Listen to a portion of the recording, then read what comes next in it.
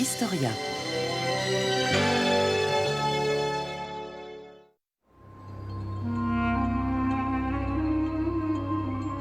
Voici l'histoire de l'émergence du monde moderne telle qu'elle n'a encore jamais été racontée. Une perspective nouvelle qui montre comment la civilisation s'est propagée à travers le monde. Depuis l'aube de l'humanité et l'apparition des premières cités et des premiers empires, jusqu'à la croyance en un Dieu unique. Nous allons suivre l'avancée des peuples originaires du Proche-Orient. Une région extraordinaire qui, pendant des millénaires, a constitué un lien vital entre l'Asie, l'Afrique et l'Europe. Un carrefour économique, scientifique et culturel.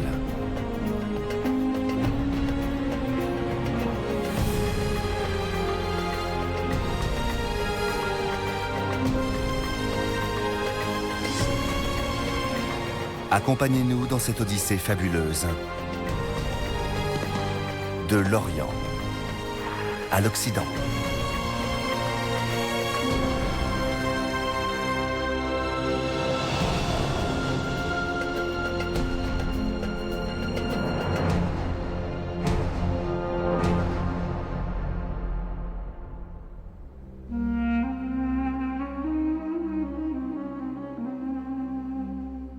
Le mont Nemrut, dans l'actuelle Turquie, surplombe l'Euphrate. Il offre une vue spectaculaire sur la Mésopotamie.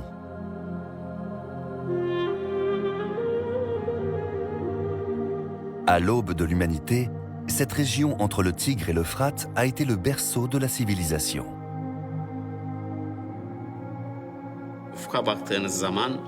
Quand vous regardez à l'horizon, vous avez l'impression d'avoir le monde entier à vos pieds. Partout, le regard porte à perte de vue. De là, on voit comment les cultures se sont rencontrées. Au sommet du mont Nemrut, un vaste tumulus artificiel cache un tombeau vieux de 2000 ans, celui du roi Antiochos Ier. Antiochos était d'origine grecque et perse. En hommage à cette double filiation, il a fait flanquer sa tombe d'immenses statues de divinités issues des deux panthéons. Les dieux grecs Zeus et Héraclès regardent à l'ouest, vers la Grèce. Et les dieux perses Oromazdès et Artaniès regardent à l'est, vers la Perse.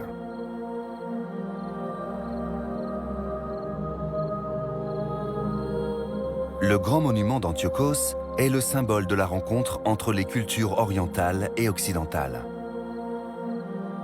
Se dressant au-dessus de la Mésopotamie, il rappelle que c'est ici, dans ce pays entre deux fleuves, qu'est née la civilisation telle que nous la connaissons.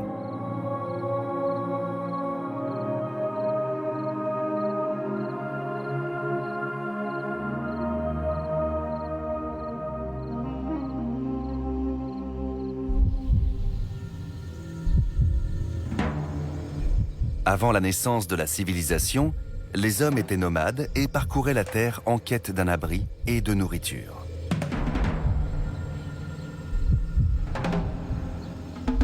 Ils vivaient de la cueillette et de la chasse.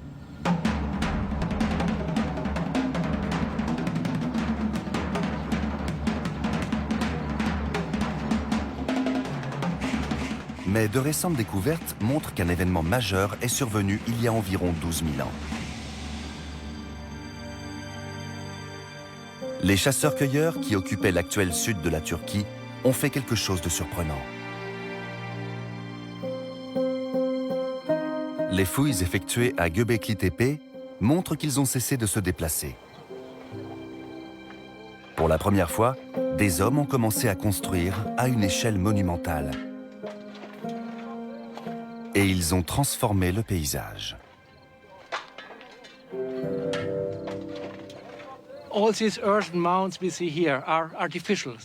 Tous ces tumulus en terre sont artificiels et ils contiennent d'autres monuments comme celui-ci que nous avons mis au jour. Ces tumulus s'étendent sur une immense colline calcaire qui domine les environs.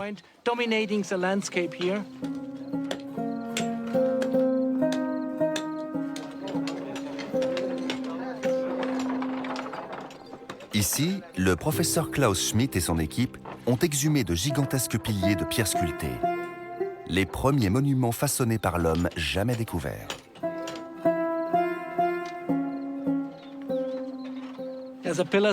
Ici, dans la salle C, ils sont monumentaux. Malheureusement, les deux piliers centraux ont été brisés dans l'Antiquité. Sur celui-ci, il manque la partie supérieure, mais on sait qu'il mesurait environ 5 mètres de haut.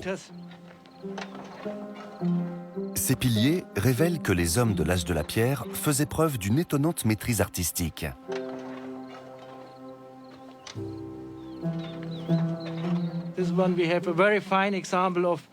Celui-ci est un très bel exemple de l'art de l'âge de la pierre.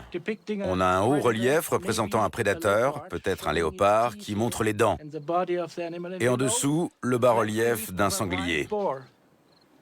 Il y a donc 3 niveaux d'expression artistique. Le pilier en forme de T, le haut relief et le bas-relief présent sur une même pierre.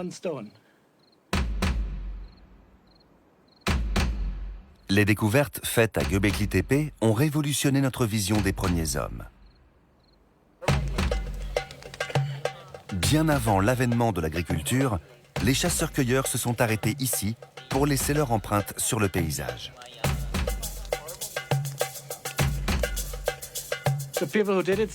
Ceux qui ont fait ça étaient encore des chasseurs-cueilleurs, mais ils se réunissaient ici pour des cérémonies et des grands repas. Ils disposaient d'une main-d'œuvre suffisante pour tailler ces piliers, les transporter et les ériger à l'intérieur de ces cercles de pierre.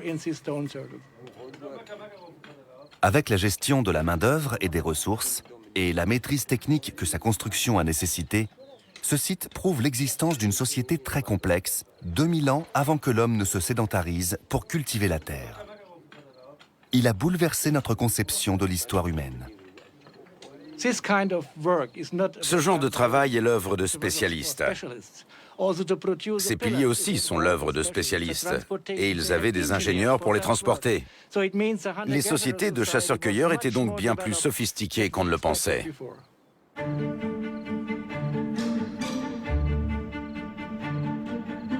Ce premier chapitre, jusque-là inconnu, du long cheminement de l'homme vers la civilisation, a été découvert ici, au Proche-Orient. Le chapitre suivant a été celui de la sédentarisation et du contrôle des ressources naturelles.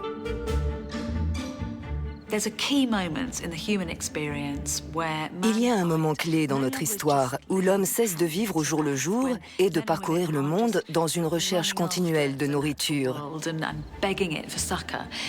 Au lieu de quoi, il se sédentarise, il commence à établir des communautés et il prend pour la première fois réellement le contrôle de son environnement.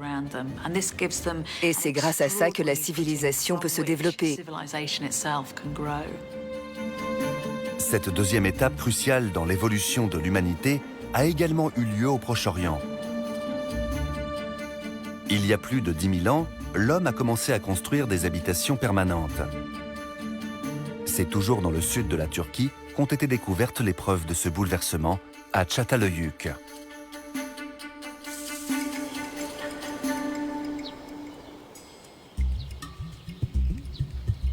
Çatalhöyük se trouvait sur une rivière qui fournissait de l'eau, mais aussi un matériau essentiel, de la boue pour la construction.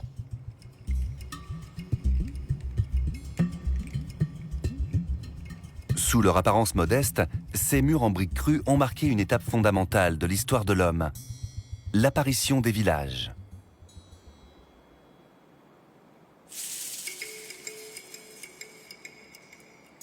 Il y a 9000 ans, Çatalhöyük ressemblait à ceci. Des maisons avec un four et un accès par le toit.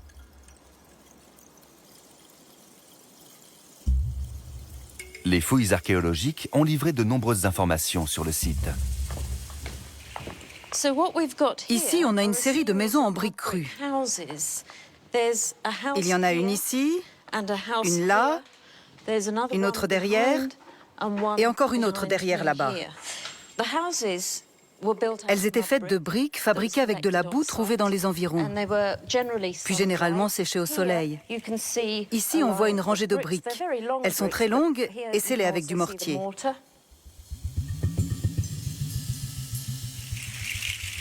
Outre la boue pour la construction, la rivière qui longeait Çatalhöyük offrait un autre avantage. Un sol riche et fertile. Ici, l'homme a franchi une autre étape révolutionnaire, l'agriculture. Dans les pièces de stockage, il y a une série de cellules délimitées par des cloisons en argile, comme celle-ci.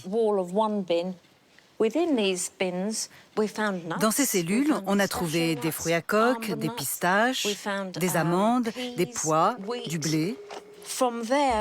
On peut donc en tirer des informations sur ce que les habitants faisaient pousser.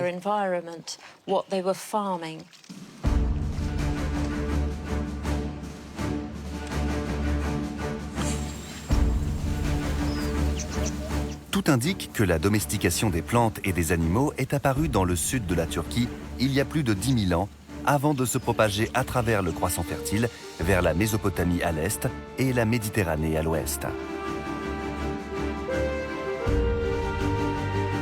Ce mode de vie agricole et sédentaire s'est ensuite diffusé en Europe, dont il a atteint la limite occidentale il y a 7 000 ans.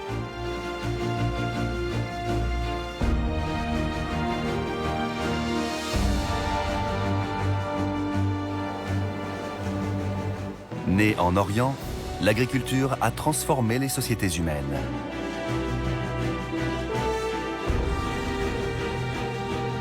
Elle a aussi donné lieu à une révolution technologique. On était alors au néolithique, l'âge de la pierre polie. Les vestiges mis au jour par les archéologues témoignent de ce changement.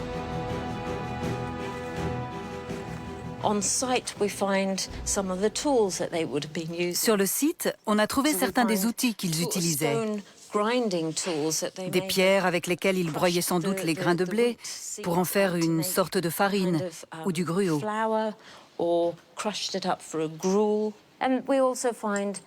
On a aussi trouvé des fragments d'obsidienne, une roche volcanique vitreuse. Celui-ci faisait peut-être partie d'une faucille et celui-là d'une arme pour la chasse.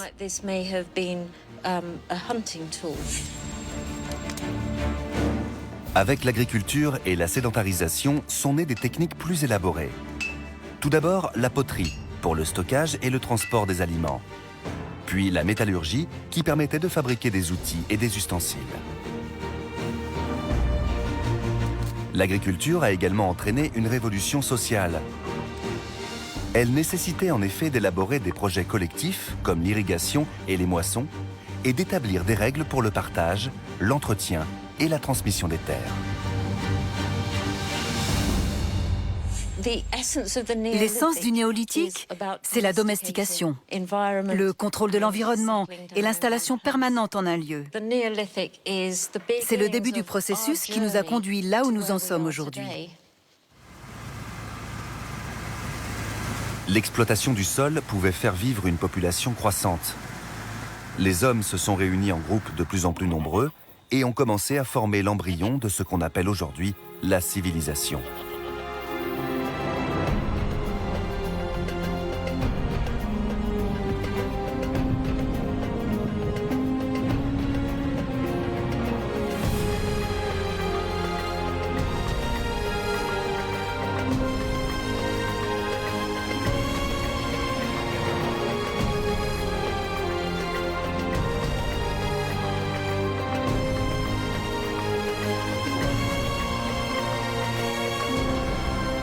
C'est sur les terres fertiles bordant les grands fleuves d'Orient que la civilisation a pris son essor.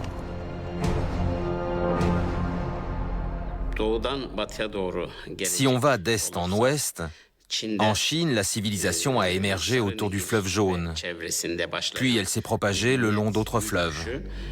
En Inde, on voit les premiers objets d'art dans les vallées de l'Indus et du Gange.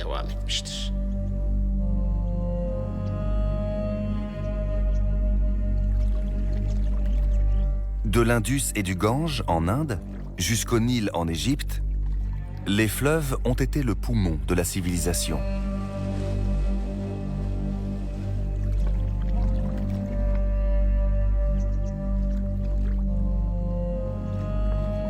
Il y a environ 6000 ans, les deux grands fleuves proche-orientaux, le Tigre et l'Euphrate, ont vu éclore les premières grandes cités.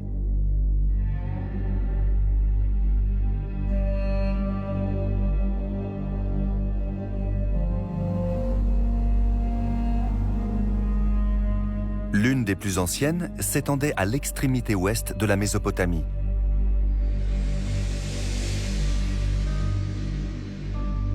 Mari, située dans l'actuelle Syrie, a été redécouverte en 1933.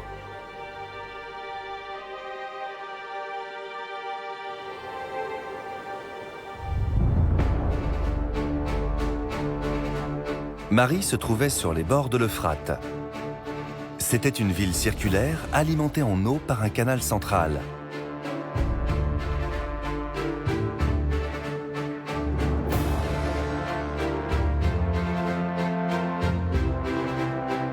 Elle était stratégiquement placée sur les voies commerciales entre la Mésopotamie et d'autres riches territoires.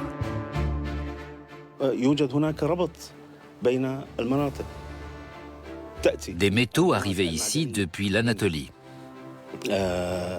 Et il y avait aussi d'autres matériaux, comme des métaux précieux, par exemple. Ils provenaient de Majan, l'actuel Oman, et de Dilmun, dans le Bahreïn actuel, au sud. À partir d'ici, ces marchandises étaient distribuées dans tout l'Orient et dans d'autres régions du monde antique.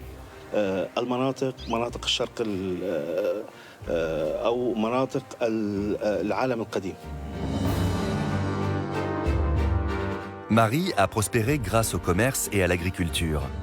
Mais cette richesse n'était pas également distribuée. Une hiérarchie sociale s'est mise en place, avec à sa tête un roi.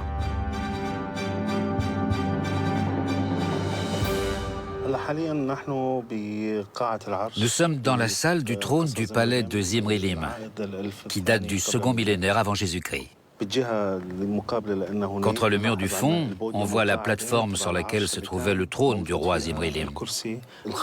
Il était fait de bois précieux, d'or, d'argent et d'ivoire.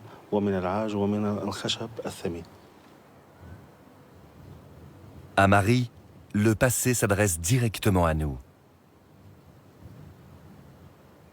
On a découvert ici les traces de l'une des plus grandes inventions de la civilisation, l'écriture. Des milliers de tablettes portant un système graphique mis au point en Mésopotamie il y a environ 5000 ans.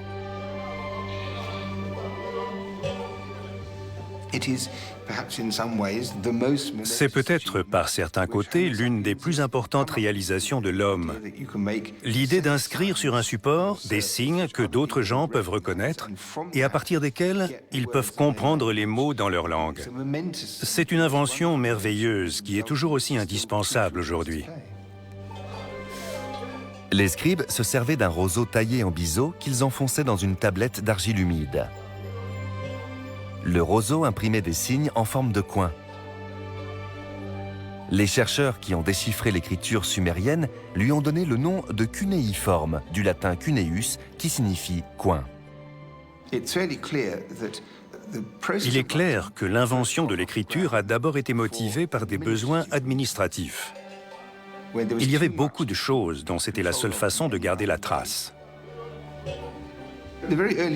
Les premiers signes étaient ce qu'on appelle des pictogrammes, des dessins linéaires assez enfantins. Par exemple, un signe en forme d'oiseau qui signifie oiseau. Mais la Mésopotamie a ceci d'unique, que les premiers hommes à avoir développé l'écriture se sont dit qu'ils pouvaient dessiner un symbole représentant non plus une chose, mais un son. Une fois cette étape cruciale franchie, ils se sont rapidement dotés de tout un éventail de signes qu'ils pouvaient utiliser pour transposer les sons de leur langue. L'écriture a exercé un impact considérable sur les sociétés humaines. Elle s'est rapidement propagée dans tout le Proche-Orient en remplaçant les pictogrammes et les hiéroglyphes, puis a fini par s'imposer presque partout dans le monde. Que mon maître porte la plus grande attention à cette tablette. Les tablettes mises au jour à Mari révèlent l'ampleur de l'organisation qui sous-tendait le fonctionnement des premières cités. J'assiégerai Babylone. Ces tablettes administratives nous montrent que la société était très organisée. Ce n'était pas un simple village. Il fallait gérer toute une ville ainsi que l'arrière-pays. On a beaucoup d'informations sur cette société, surtout sur les classes supérieures, le roi, les prêtres et l'administration. Ces tablettes nous offrent un formidable aperçu de cet univers. Cependant, l'écriture n'est pas notre seule source d'information.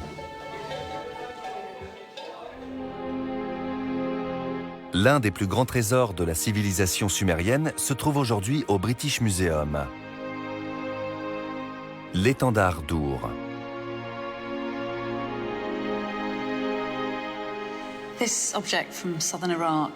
Cet objet provenant du sud de l'Irak est d'une beauté stupéfiante. Il a été fabriqué il y a plus de 4500 ans. Bien qu'on ignore sa fonction exacte, il est clair que c'était un objet précieux. Il suffit de voir les matériaux utilisés. Du lapis-lazuli, du calcaire rouge, de la nacre. Il nous raconte clairement une histoire. L'image que j'en retire est celle d'une société active et très organisée. Il y a des hommes qui travaillent dans les champs, en bas, puis une procession d'animaux bien nourris qu'on conduit sans doute à une sorte de sacrifice religieux. On voit des chèvres, des poissons et même du bétail. Puis en haut, il y a la cour. Des hommes assis qui portent un toast au roi, ce dernier dominant manifestement ses sujets. C'est une scène très paisible et raffinée. Mais si on regarde l'autre côté, on découvre une réalité un peu différente, parce qu'ici, il y a une terrible scène de guerre.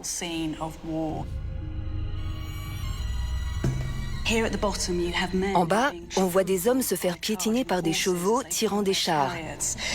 Des prisonniers nus qu'on conduit devant le roi, représentés debout avec son sceptre.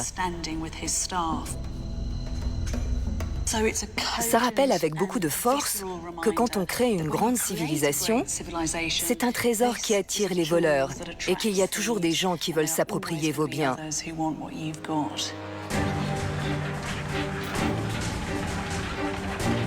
Entre les cités-États mésopotamiennes sont apparues des rivalités qui ont inauguré une ère de guerre et de conquête. Ça a été le début d'un nouvel âge impérial.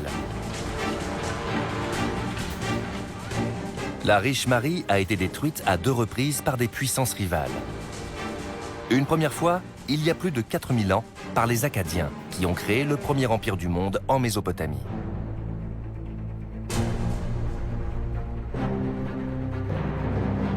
Puis, une deuxième fois par les successeurs des Akkadiens, les Babyloniens, qui ont incendié la ville. On a retrouvé les traces des flammes sur les murs. On voit que ce niveau a été abîmé par la chaleur. Ça a été la fin de Mari.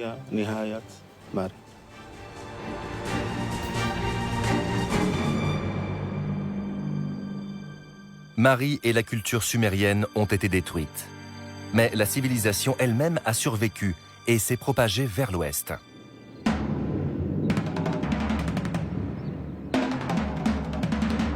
Au cœur d'une contrée montagneuse en Anatolie, les Hittites ont fondé une puissante civilisation dans un environnement hostile qui ne possédait aucun des avantages naturels des riches vallées fluviales de la Mésopotamie.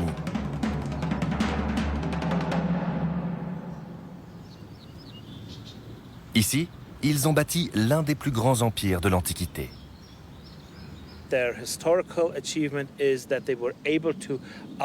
Ils sont parvenus à compenser les obstacles géographiques naturels grâce à un degré impressionnant de contrôle, d'organisation sociale et de discipline. Ils ont formé un empire qui dominait la majeure partie de l'Anatolie, l'actuelle Turquie, mais aussi de grandes parties de la Syrie et le nord du Liban. À l'époque, ils comptaient parmi les acteurs majeurs de l'Est de la Méditerranée.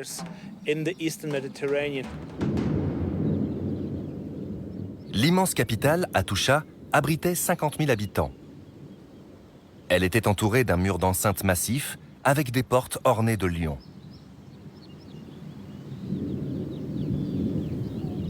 À l'altitude la plus élevée, les Hittites ont bâti un immense monument à leur gloire.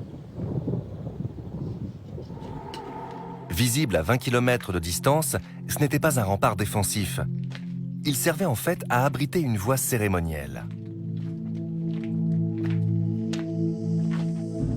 Cette structure, vieille de 3500 ans, montre combien les peuples de l'Antiquité avaient évolué depuis leur humble passé de chasseurs-cueilleurs.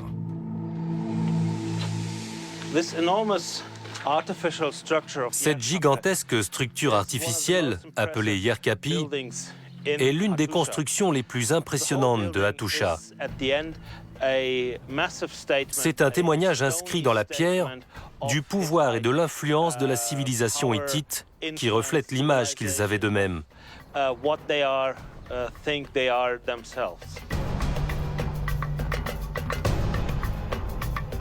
À son apogée, l'Empire hittite rivalisait avec l'Égypte pour le contrôle du Proche-Orient. Mais à l'ouest, une nouvelle puissance était en train d'émerger.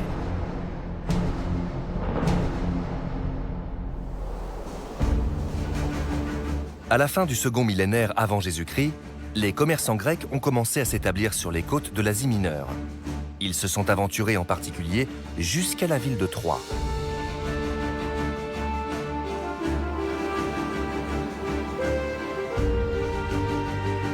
La cité qui se dressait jadis dans cette plaine est entrée dans la mythologie comme le théâtre d'un choc brutal entre l'Orient et l'Occident.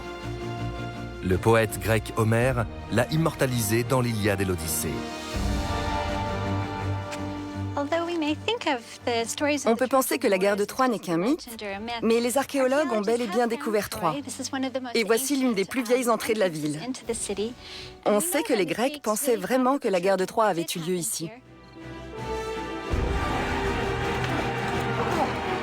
Le récit de cette guerre par Homère reflète le moment historique bien réel où les Grecs ont entamé leur expansion vers les civilisations plus anciennes établies à l'est de leur territoire.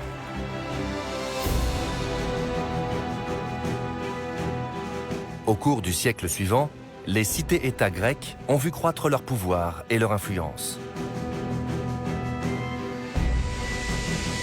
Aujourd'hui, en Occident, la Grèce ancienne est généralement considérée comme le berceau de la civilisation, le lieu où sont nées la philosophie, la littérature et l'art classique.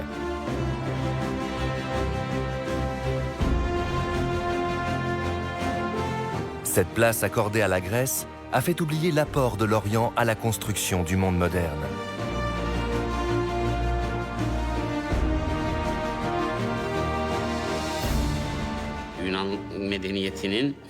On ne peut pas nier l'importance de la civilisation grecque, mais elle n'est pas née toute seule.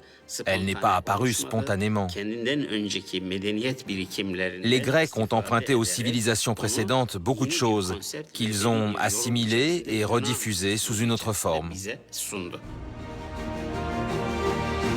Malgré leur longue histoire commune, l'Orient et l'Occident sont le plus souvent présentés comme des rivaux.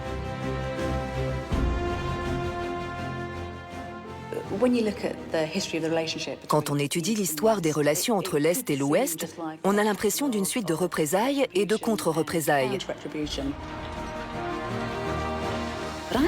En fait, les deux n'ont cessé de s'influencer mutuellement et leurs destins ont toujours été liés. Un homme a redécouvert cet héritage oriental, un dirigeant qui a changé l'histoire, Alexandre le Grand. Il est arrivé à Troie en 334 avant Jésus-Christ, à la tête d'une armée grecque en route vers l'Est.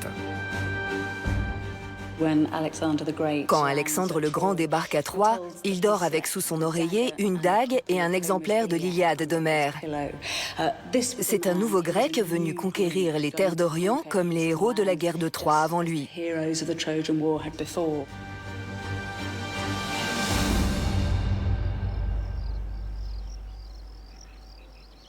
Selon les historiens grecs, à Troie, Alexandre a rendu visite au temple d'Athéna.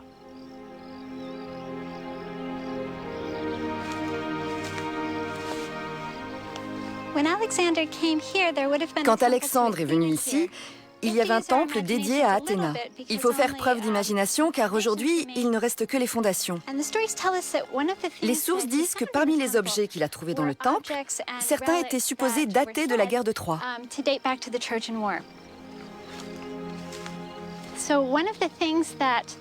Et Alexandre a eu un geste très symbolique.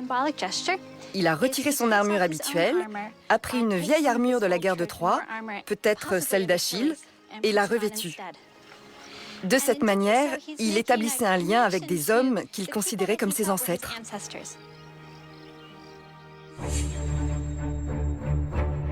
Galvanisé par son passage à Troie, Alexandre s'est lancé fougueusement dans sa guerre de conquête.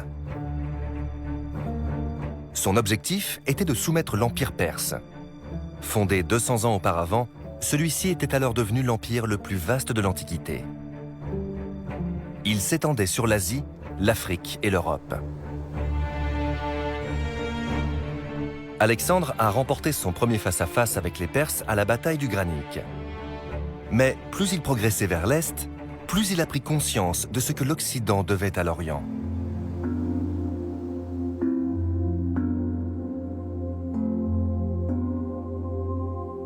La ville de Milet était typique de ce brassage culturel.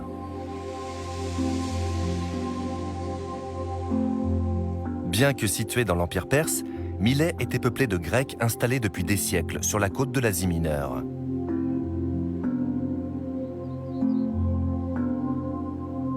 Les découvertes faites ici ont apporté un nouvel éclairage sur la rencontre entre l'Est et l'Ouest.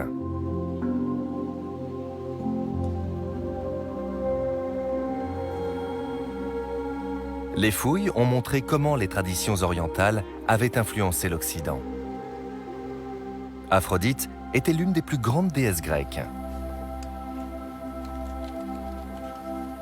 Dans le temple qui lui était dédié, les archéologues ont retrouvé de magnifiques figurines placées là sous forme d'offrandes. Ces statuettes leur ont permis de comprendre combien les Grecs de Milet avaient assimilé les idées orientales jusque dans la représentation de leurs dieux.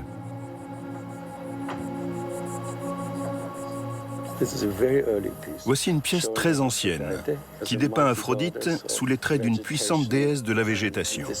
Et en voici une autre qui la montre comme la maîtresse des animaux. Il s'agit de très vieux symboles proche-orientaux. Ces statuettes d'Aphrodite sont presque toutes de style oriental plutôt que grec. Il est clair que ces portraits étaient inspirés de l'Orient.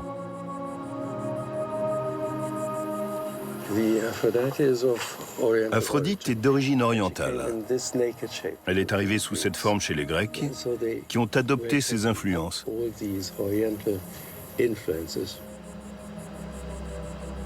Un examen approfondi montre aussi que les Grecs de Milet ont appris à fabriquer leurs statuettes auprès d'artistes orientaux.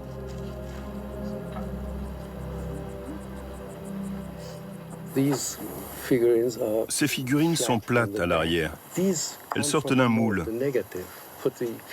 On y mettait l'argile, on attendait qu'elle sèche, on la sortait, puis on la travaillait avec un bâtonnet comme celui-ci pour ajouter les détails qui n'étaient pas faits au moule. Ensuite, on la cuisait et ça donnait ça.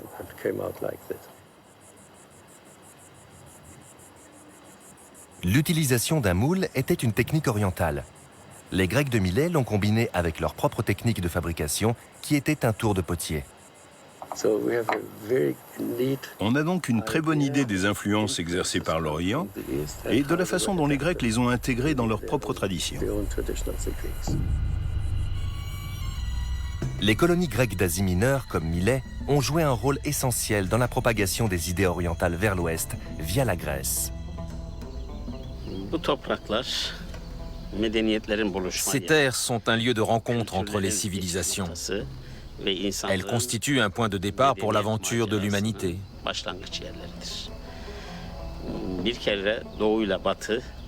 Les cultures orientales se sont diffusées vers l'ouest en passant par les îles grecques. À partir de ces îles, les savoir-faire et les traditions philosophiques se sont ensuite propagés dans le reste du monde.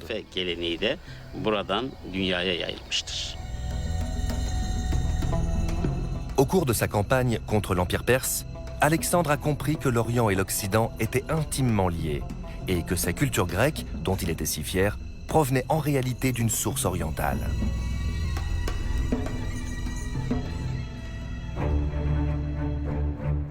Après s'être emparé des villes grecques de l'ouest de l'Asie mineure, il a progressé vers l'est et défait une nouvelle fois les Perses à la bataille d'Issos. Il a ensuite obliqué au sud et conquis la Syrie et l'Égypte avant de pénétrer en Mésopotamie et d'écraser définitivement les Perses à la bataille de Gaugamel.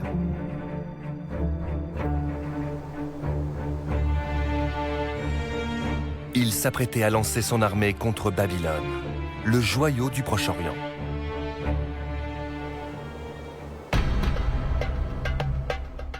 Prendre cette ville était essentiel pour réaliser son rêve d'un empire mondial.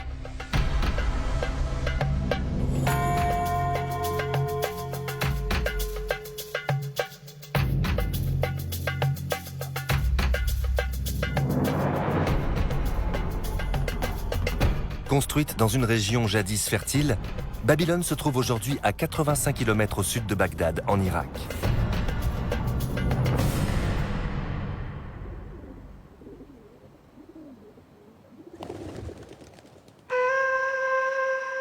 En 1983, a débuté une reconstruction partielle de cette cité antique autrefois illustre.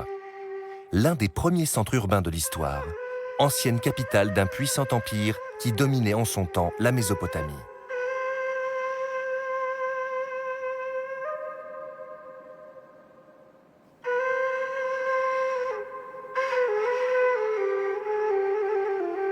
Babylone était alors la plus grande agglomération du monde, avec une population de près de 200 000 habitants.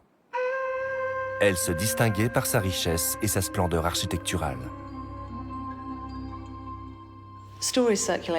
Des histoires circulaient dans tout le monde antique sur la magnificence de Babylone, mais la réalité devait être encore plus impressionnante.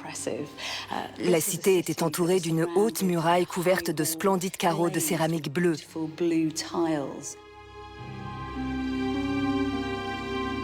Alexandre est entré dans la ville par une porte cérémonielle décorée d'aurochs et de dragons en relief et dédiée à la déesse Ishtar.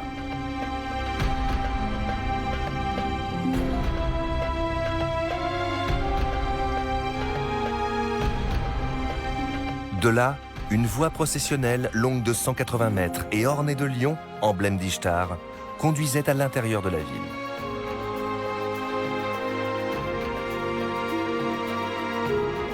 Rien dans la vie d'Alexandre ne l'avait préparé aux merveilles de Babylone.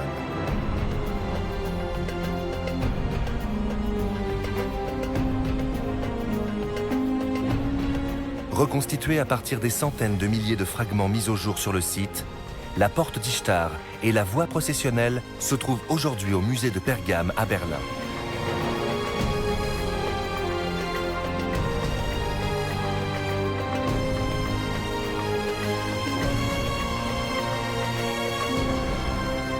Ishtar devait sembler familière à Alexandre. Sans doute avait-il reconnu en elle les caractéristiques de la déesse grecque de l'amour et de la guerre, Aphrodite. Ishtar était la principale déesse babylonienne, et on peut s'en faire une idée à partir des sources mésopotamiennes antiques. Aphrodite et elle peuvent être placées dans la même catégorie. Elles possèdent le même statut, elles sont toutes deux d'une grande beauté, et on peut dire qu'Aphrodite était l'équivalent grec de l'Ishtar babylonienne.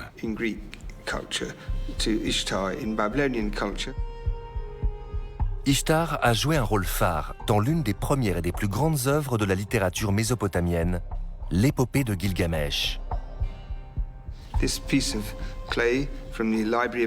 morceau d'argile provenant de la bibliothèque du roi d'Assyrie est un fragment de l'épopée de Gilgamesh. L'intrigue a tout d'un scénario hollywoodien.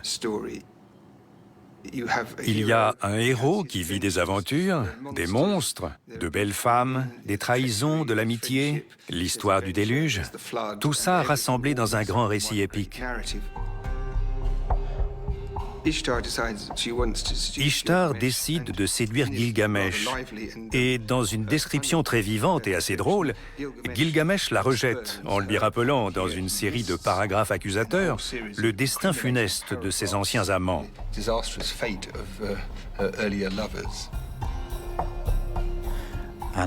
Dumuzi, ton époux quand tu étais jeune, tu l'as voué à la lamentation éternelle, année après année.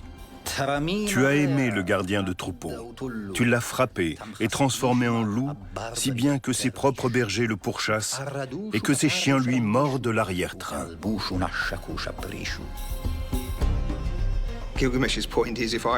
Gilgamesh fait comprendre à Ishtar qu'il ne veut rien avoir à faire avec elle et elle se fâche. On l'imagine partir en claquant la porte à la fin de cette conversation, furibonde, comme dans un film. L'épopée de Gilgamesh est l'une des premières œuvres littéraires connues, écrite 1400 ans avant l'époque d'Homère. La mythification d'un personnage réel comme Gilgamesh dans un grand cycle épique a dû aussi sembler très familière à Alexandre le Grand.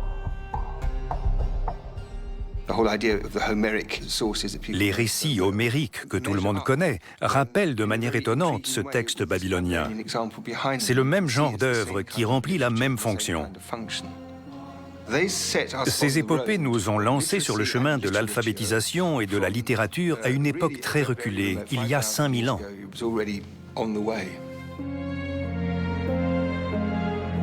L'écriture cunéiforme a cessé d'être utilisée il y a 2000 ans. Elle est alors tombée dans l'oubli.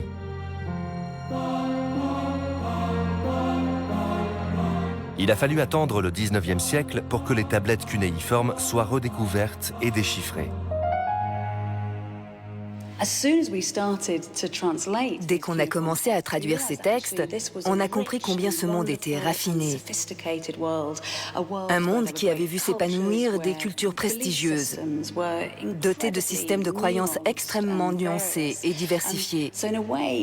En un sens, c'est notre faute si nous n'avons pas conscience de la richesse du passé de l'Orient. Il était là, devant nous, mais pendant des années, nous n'avons pas su y accéder.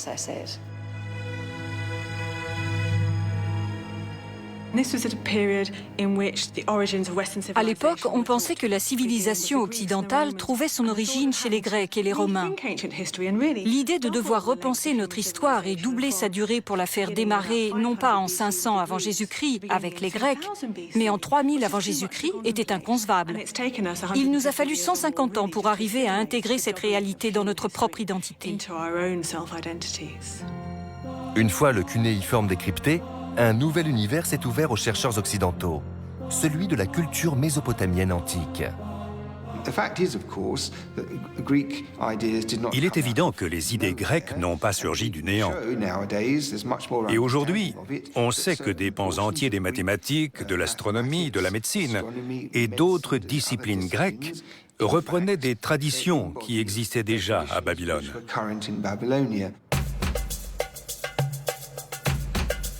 Les découvertes faites à Babylone révèlent aussi que les Grecs savaient lire l'écriture cunéiforme. Ils pouvaient donc tout à fait apprécier et assimiler les connaissances orientales.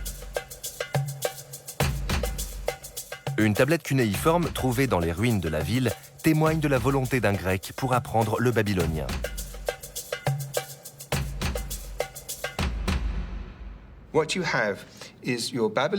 Il y a un exercice scolaire babylonien sur une face et sur l'autre, une transcription en alphabet grec. Par exemple, on trouve les mots canal, grand canal, petit canal, fossé, irrigation. Des mots babyloniens écrits en cunéiforme. Et au dos, la personne grecque, qui en avait sans doute assez de ne jamais se souvenir de ces mots, les a retranscrits en grec. Les mots sumériens et babyloniens sont écrits en alphabet grec comme une sorte d'antisèche.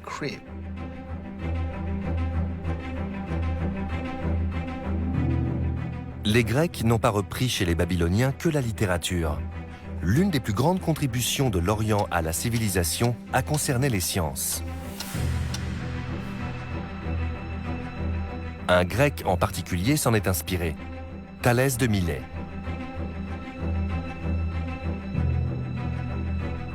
Thalès a prédit une éclipse solaire. Conformément à ce qu'il avait annoncé, celle-ci a eu lieu le 28 mai 585 avant Jésus-Christ. Il n'a pu réaliser ses calculs qu'en s'appuyant sur les archives des astronomes babyloniens.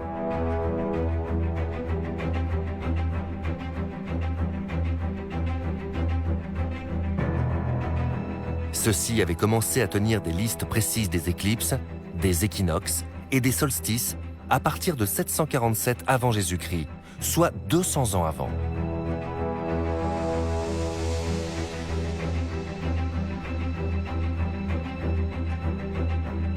Ils étaient poussés par le désir de comprendre les présages et les augures et d'apaiser leur Dieu.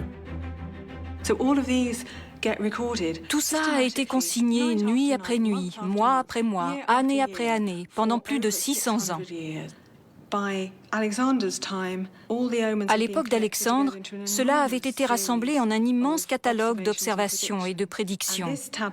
Cette tablette, le 21e chapitre d'une série qui en compte 70, traite des éclipses solaires.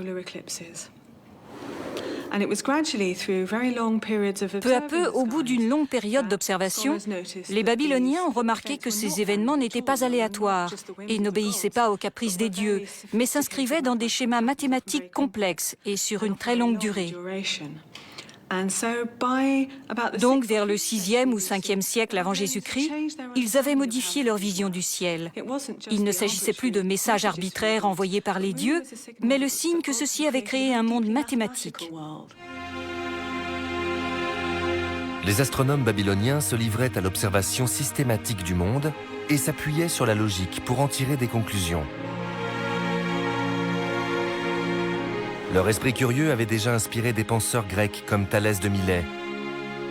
Mais l'arrivée d'Alexandre à Babylone a accéléré le processus d'absorption des connaissances orientales par les Grecs.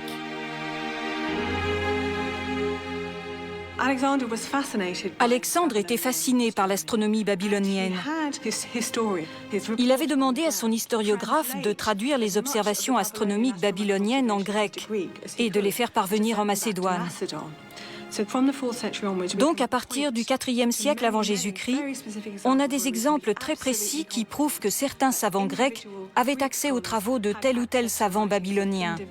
C'est absolument passionnant. La curiosité babylonienne et la logique grecque se sont conjuguées pour former une méthode scientifique qui a transformé le monde. Des Grecs comme Platon, Aristote et Ptolémée sont célèbres pour leur rôle dans ce processus. Mais les astronomes de Babylone méritent également une place parmi les précurseurs de la science moderne. Chaque fois qu'on regarde sa montre, qu'on lit son horoscope ou qu'on mesure un angle, on fait quelque chose qui nous vient des Babyloniens. Il y a des pratiques quotidiennes élémentaires qu'on doit aux anciennes civilisations proche-orientales sans le savoir.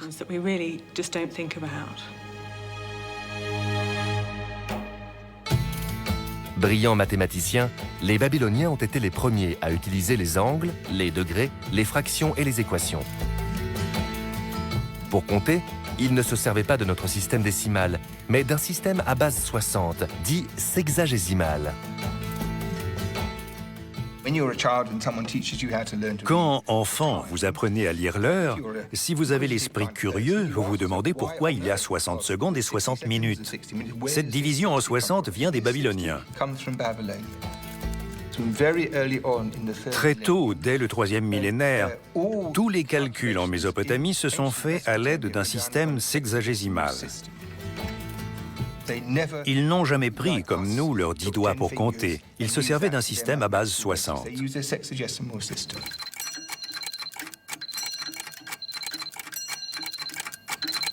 60 est un nombre plus polyvalent que 10 pour fonder un système numérique, car il est divisible par 2 et par 5, mais aussi par 3.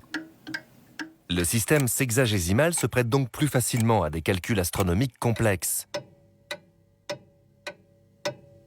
Il a donné le découpage de la minute en 60 secondes, de l'heure en 60 minutes, de l'année babylonienne en 360 jours, ainsi que celui du cercle en 360 degrés.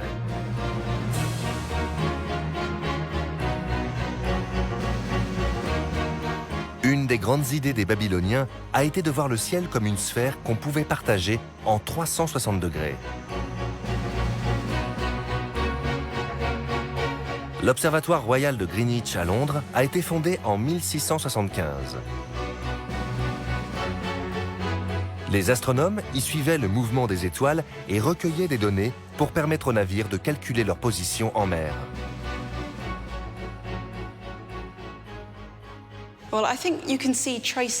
On retrouve l'empreinte de l'Antiquité dans l'astronomie telle qu'on l'a pratiquée à l'Observatoire, à sa création au XVIIe siècle. Comme les Babyloniens plusieurs milliers d'années avant eux, les astronomes de Greenwich ont divisé le ciel en 360 degrés. Mais ils ont placé l'Observatoire royal sur la ligne de longitude 0, ce qu'on appelle le méridien d'origine. Ils utilisaient, comme on le fait encore aujourd'hui, 360 degrés subdivisés en minutes et en secondes pour obtenir des mesures de plus en plus précises. Ils mesuraient aussi le temps que mettaient les étoiles pour se déplacer, afin de connaître leur position. Le premier astronome royal de Greenwich, John Flamsteed, a cartographié le ciel et dressé un catalogue des étoiles, comme les Babyloniens 3500 ans avant lui.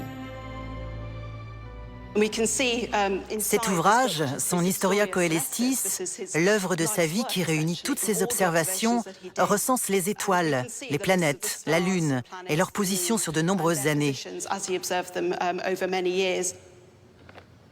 Flamsteed avait hérité d'une tradition d'observation qui remontait à ses prédécesseurs de la Renaissance, et avant eux aux chercheurs arabes, puis aux Romains et aux Grecs, et enfin aux Babyloniens. Le système numérique babylonien a aussi été à l'origine des 12 signes du zodiaque. Ils ont subdivisé ces 360 degrés en 12 sections de 30 degrés. Ce dessin le montre clairement. On voit les triangles qui correspondent à ces segments de 30 degrés. Et chaque segment est associé à une constellation qui apparaît plus ou moins en son milieu. Le Scorpion, la Balance, la Vierge, le Lion, le Cancer et ainsi de suite. Les symboles et les noms dont nous nous servons aujourd'hui pour désigner les constellations viennent des astronomes babyloniens.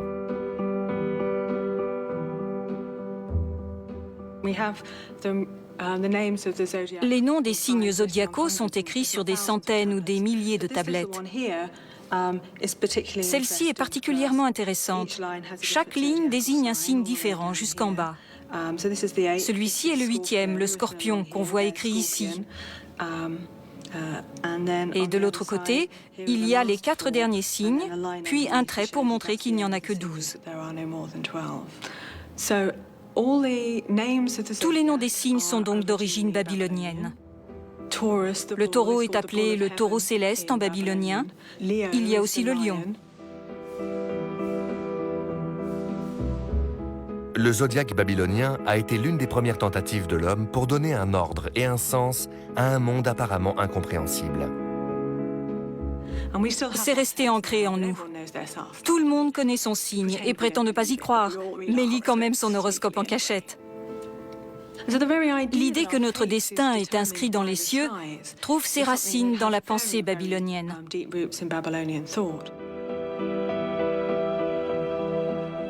Alexandre le Grand est mort à l'âge de 32 ans. Il était alors tombé sous le charme de ces territoires d'Orient et son ultime souhait était de voir les peuples de son nouvel empire, à l'est comme à l'ouest, s'unir pour ne faire plus qu'un.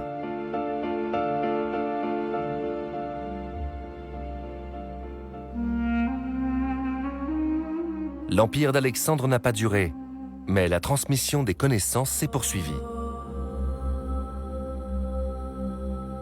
L'un de ses successeurs était le roi Antiochos Ier.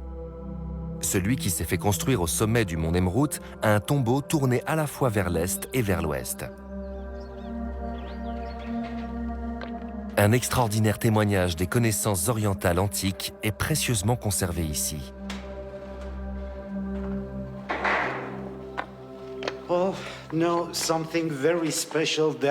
Un objet très particulier a été trouvé sur le mont Nemrut. C'est le plus vieux calendrier astrologique du monde. Quand on le regarde, on voit un lion sculpté et des étoiles. Et on a calculé que la date exacte indiquée par les étoiles est le 17 juillet 62 avant Jésus-Christ. Et que l'heure exacte est 16h48.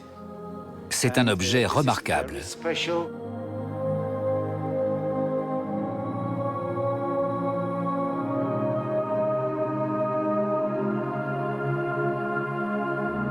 Les dieux grecs et perses qui veillent sur le sanctuaire sont le symbole de la double origine du roi Antiochos.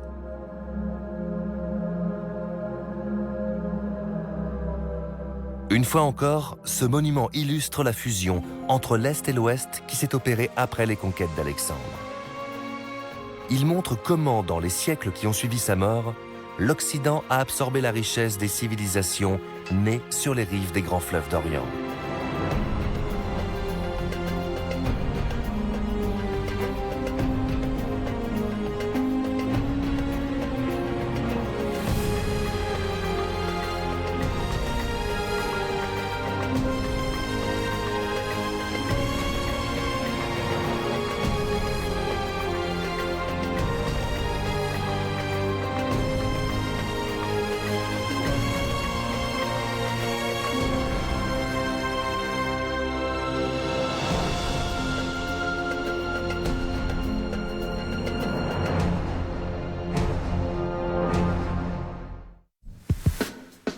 Content de vous revoir, maître. Qu'est-ce que vous avez à la figure? J'ai le sida. Êtes-vous homosexuel? Répondez à la question. Êtes-vous un homo? Êtes-vous une pédale, une tapette, une folle, une chochotte, un empaffé, un de la jaquette, une tentouse? Êtes-vous gay? Pour ce rôle-là, Tom Hanks décrocha un Oscar. Philadelphia, demain à 20h45 sur Arte.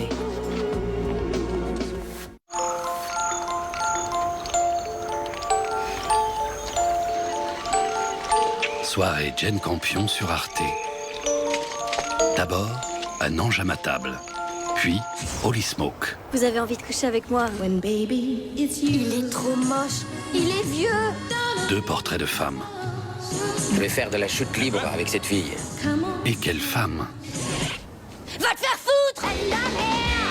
Un ange à ma table, suivi de Holy Smoke, lundi à 20h50 sur Arte. Ce programme vous est présenté en partenariat avec le magazine Historia.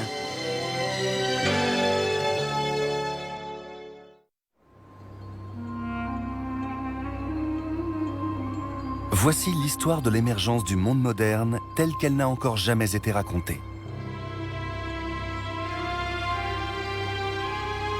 Une perspective nouvelle qui montre comment la civilisation s'est propagée à travers le monde.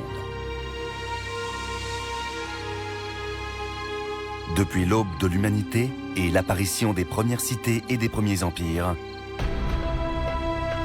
jusqu'à la croyance en un Dieu unique. Nous allons suivre l'avancée des peuples originaires du Proche-Orient. Une région extraordinaire qui, pendant des millénaires, a constitué un lien vital entre l'Asie, l'Afrique et l'Europe. Un carrefour économique, scientifique et culturel.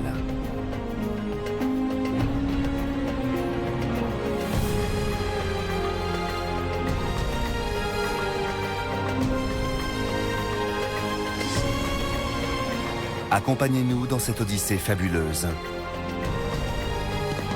De l'Orient à l'Occident.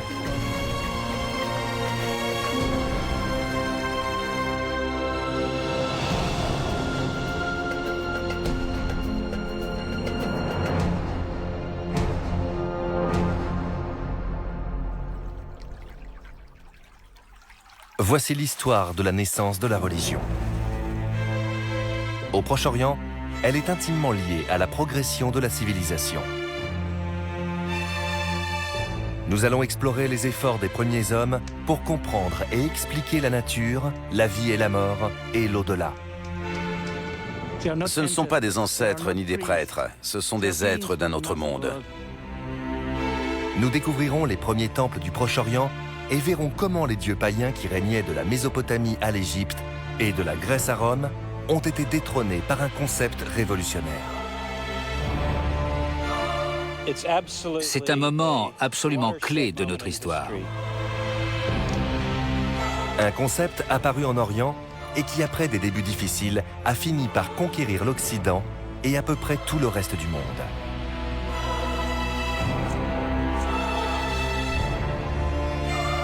Le monothéisme, la croyance en un Dieu unique et universel.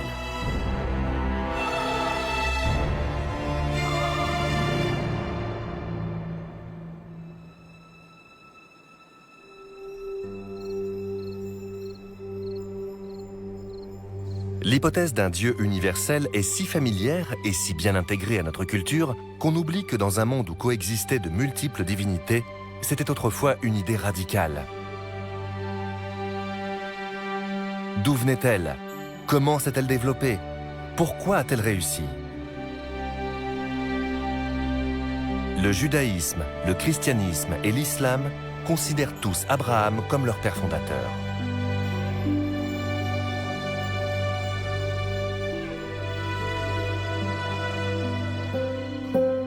Son nom apparaît pour la première fois dans la Genèse, premier livre de la Bible hébraïque. Quand on ouvre la Bible, on arrive très rapidement à Abraham. Et en gros, à partir de là, la Bible tout entière devient l'histoire d'une famille, celle d'Abraham. Tout tourne autour de sa rencontre et de son expérience avec Dieu.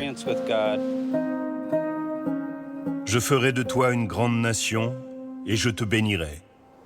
Je rendrai ton nom grand. D'après la Bible, Abraham a passé la plus grande partie de sa vie à Haran, une ancienne cité de Mésopotamie, sans doute située dans l'actuelle Turquie. On y adorait de nombreux dieux.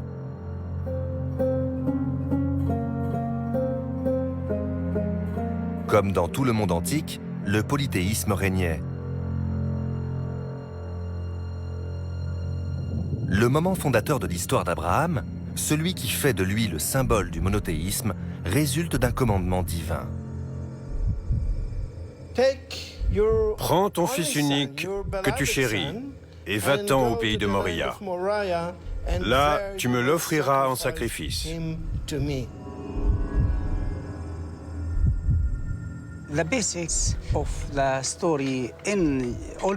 L'histoire de l'Ancien Testament et celle du Coran ont presque la même base. Ce sont les détails qui diffèrent. L'idée, c'est que Dieu veut éprouver la foi d'Abraham.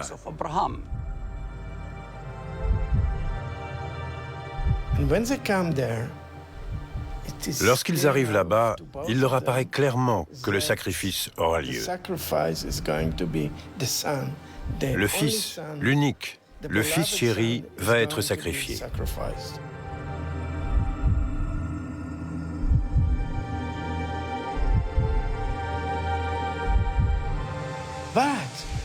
Mais au moment fatidique, une voix céleste intervient. Ne touche pas à l'enfant. Je ne veux pas qu'il soit sacrifié. Tu as prouvé ta loyauté envers Dieu. Les Juifs, les chrétiens et les musulmans considèrent tous Abraham comme une figure tutélaire.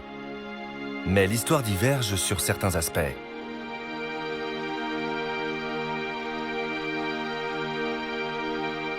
Dans la tradition juive, le sacrifice a failli avoir lieu à Jérusalem.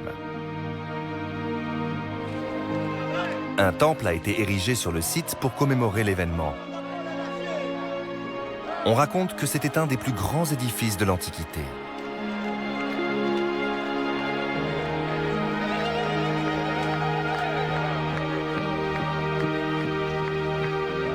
Il a été détruit par les Babyloniens, puis reconstruit, avant d'être détruit à nouveau par les Romains. Lieu sacré du judaïsme, le mur des Lamentations en est le seul vestige. Il est dominé par la coupole du Rocher, le plus ancien monument islamique du monde.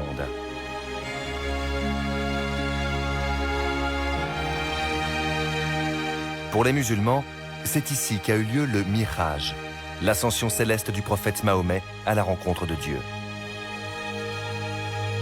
Dans la tradition islamique, le sacrifice d'Abraham ne s'est pas produit ici, mais près de la Mecque, dans l'actuelle Arabie Saoudite. Il est impossible d'être plus précis.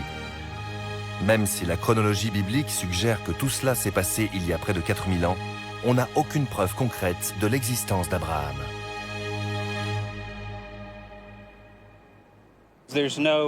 Il n'y a pas de traces archéologiques de son existence. Aucun monument dans le désert avec une inscription « Abraham est passé ici ».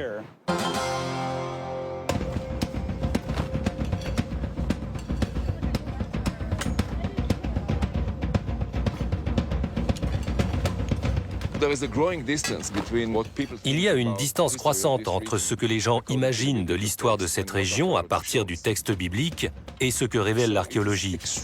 Il est donc extrêmement délicat de reconstituer ne serait-ce qu'une ébauche de l'histoire à partir de ces mythes. Depuis quelques années, diverses découvertes archéologiques extraordinaires nous ont permis de retracer l'expansion de la religion et l'émergence du concept d'un Dieu unique. Notre récit commence plusieurs milliers d'années avant l'époque biblique. Il y a plus de 11 000 ans, il est arrivé quelque chose de remarquable à Göbekli Tepe, sur les plateaux de la Haute Mésopotamie, dans l'actuel sud de la Turquie. Ces mystérieux piliers de pierre nous livrent des informations passionnantes sur les origines de la religion organisée.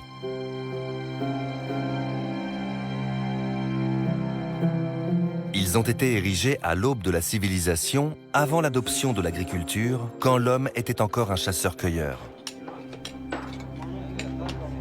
La religion résulte de l'éternel besoin humain de comprendre le monde et d'expliquer les catastrophes naturelles, la vie et la mort.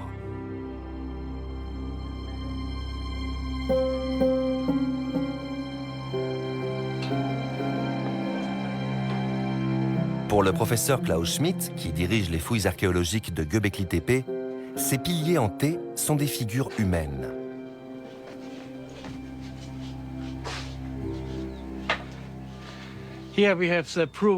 Voici la preuve que ces piliers sont réellement des représentations anthropomorphes. On a un grand bras de ce côté et les mains avec les doigts comme ça.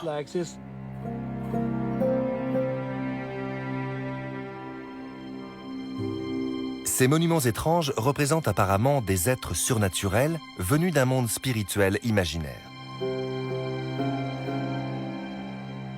Le visage n'est jamais représenté sur ces formes en T. Elles n'ont pas d'yeux, pas de nez, ni de bouche. Pour moi, ça indique clairement qu'elles ne viennent pas de ce monde. Ce ne sont pas des ancêtres ni des prêtres, ce sont des êtres d'un autre monde réunis ici dans un cercle éternel. Ces structures ne relèvent pas du quotidien. C'est une sphère sacrée qu'on a ici sur cette montagne. Il n'y a pas d'habitation à Göbekli Tepe. C'est un lieu à part. L'homme a bâti cette assemblée d'êtres surnaturels pour établir une connexion avec l'au-delà. Ce pilier dans la partie nord de la salle D nous indique peut-être ce qui se passait ici et quelle était la raison de ces espaces. Ici, nous avons un très grand vautour avec les ailes déployées, différents oiseaux, des serpents, d'autres symboles. Ensuite, on a un immense scorpion avec d'autres animaux. Et enfin, tout en bas, il y a un être humain qui n'a manifestement pas de tête. Tout ça semble être l'illustration d'un autre monde, et non pas de notre monde à nous. Et c'est ce qui nous a conduit à penser que cette salle était peut-être réservée aux rites funéraires. D'après le professeur Schmidt, les hommes préhistoriques pratiquaient dans cet espace une cérémonie rituelle pour célébrer le départ de leur mort.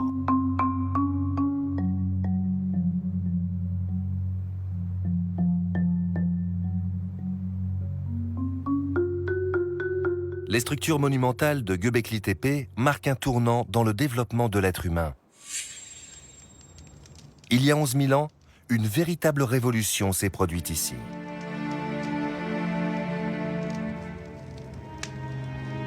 Des chasseurs-cueilleurs ont pris le temps de construire un lieu exprès pour marquer le passage de ce monde au suivant.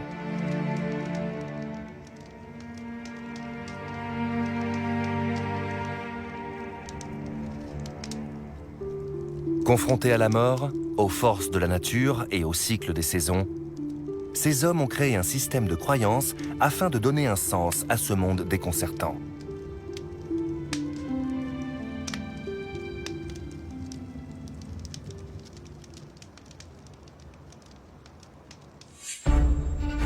Toute la région recèle de véritables trésors archéologiques. Des éléments qui prouvent que la mort et la sépulture étaient au centre des croyances émergentes de l'humanité. Non loin de Göbekli Tepe se trouve l'ancien village de Çatalhöyük. Le site offre une perspective unique sur la vie et les croyances de nos ancêtres.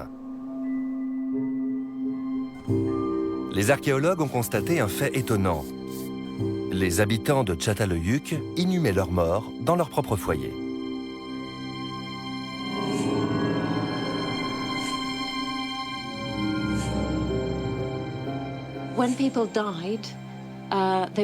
Quand quelqu'un mourait, on l'enterrait littéralement sous son lit. On creusait un trou dans cette plateforme et on plaçait le corps à l'intérieur. Si bien que ces gens vivaient à peine à 10 ou 20 cm au-dessus de leur mort. Dans certaines maisons, il n'y avait qu'un corps, ou même aucun. Et dans d'autres, il y en avait une bonne quinzaine. On en a trouvé jusqu'à 67 dans un seul bâtiment.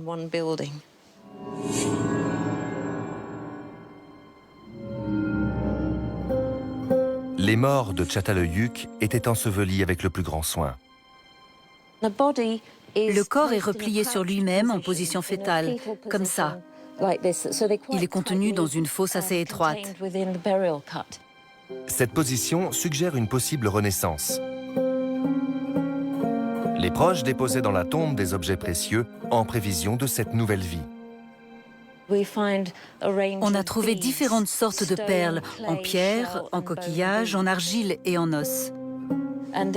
Généralement, on les a retrouvées dispersées dans la tombe, à la hauteur du cou.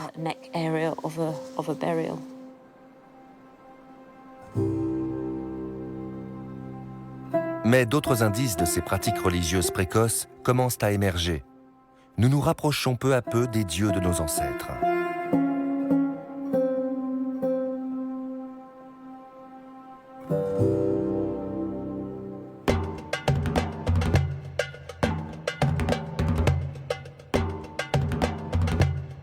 Dans le nord d'Israël, on a découvert la preuve d'un grand bond en avant dans la pensée religieuse.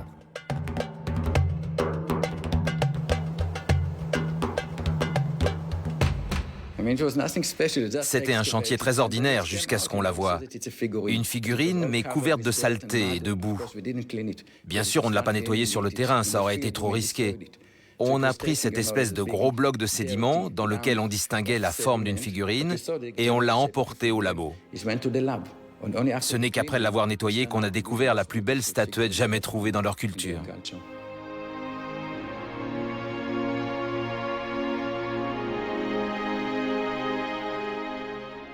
D'après nous, ça représente la déesse mère, une sorte de divinité que toute la tribu devait vénérer. Le plus frappant, ce sont les yeux en diagonale. Ils sont en général 3 ou 4 fois plus gros que des yeux humains normaux. Il y a une volonté évidente de souligner les yeux sur ces statuettes. Ce n'est pas quelque chose de naturel, c'est surnaturel. Beaucoup d'autres figurines de la déesse mère ont été exhumées sur le site de Shahar Golan. Elles témoignent d'un véritable bouleversement sur le plan religieux. C'est la première fois qu'on peut réellement parler d'une sorte de déesse. Parce que pour la première fois dans l'histoire de l'évolution humaine, toutes les figurines sont identiques. Sur notre site, il y a environ 120 statuettes d'argile qui ont toute une tête allongée, des yeux en diagonale très proéminents, un nez, des oreilles et des boucles d'oreilles, un nombril et des plis de graisse. C'était sans doute une figure centrale, vénérée par toute la population. Et quand ils pensaient à cette déesse, les gens avaient une image précise de ses yeux et de sa tête. Il devait y avoir toute une mythologie autour d'elle. Les habitants de Shahar à Golan ont révolutionné la religion. Ils ne considéraient pas leur déesse mère comme le dieu unique et n'étaient donc pas monothéistes. Mais ils ont été les premiers hommes de l'histoire à instituer une vision uniformisée de Dieu. Ils ont été les premiers à cristalliser cette idée. On vénère une figure spécifique et on ne peut pas la représenter chacun à sa façon. Il y a une bonne et une mauvaise manière de le faire. Le concept d'une représentation uniformisée de Dieu va de pair avec la naissance de la religion organisée.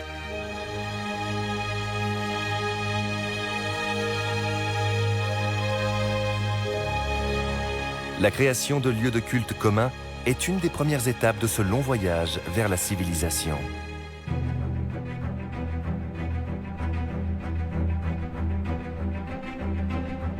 Dès que les hommes ont vu leur population s'accroître autour des temples, ils ont commencé à bâtir des villes de plus en plus grandes.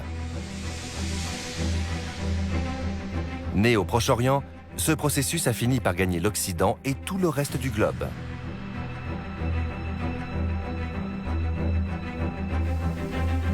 Aujourd'hui, il y a des lieux de culte presque partout dans le monde. Les églises, les mosquées et les temples sont au cœur même de la cité.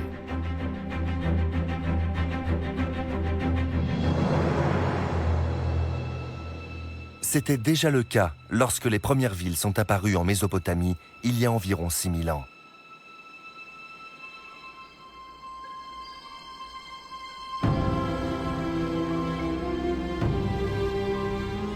Mari, dans l'actuelle Syrie, était une des plus vastes. Bâtie selon des plans précis, avec un mur d'enceinte circulaire et un canal artificiel directement relié à l'Euphrate, elle s'articulait autour de son temple.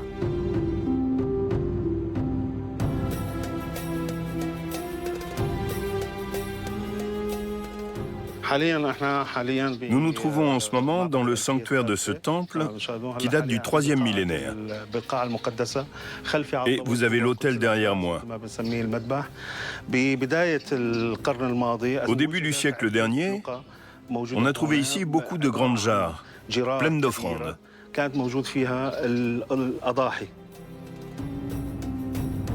Le temple et le culte occupaient une place essentielle au sein de la cité. Et l'organisation de la religion a profondément et durablement influencé la société.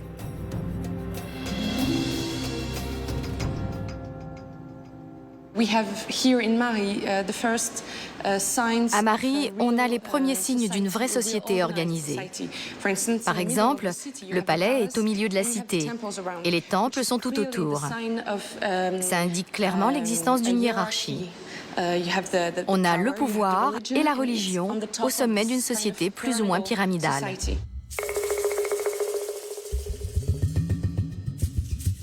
Des statues fabuleuses ont été découvertes dans les temples de Mari. Elles nous livrent aujourd'hui une image étonnamment vivante des pratiques religieuses de cette culture antique.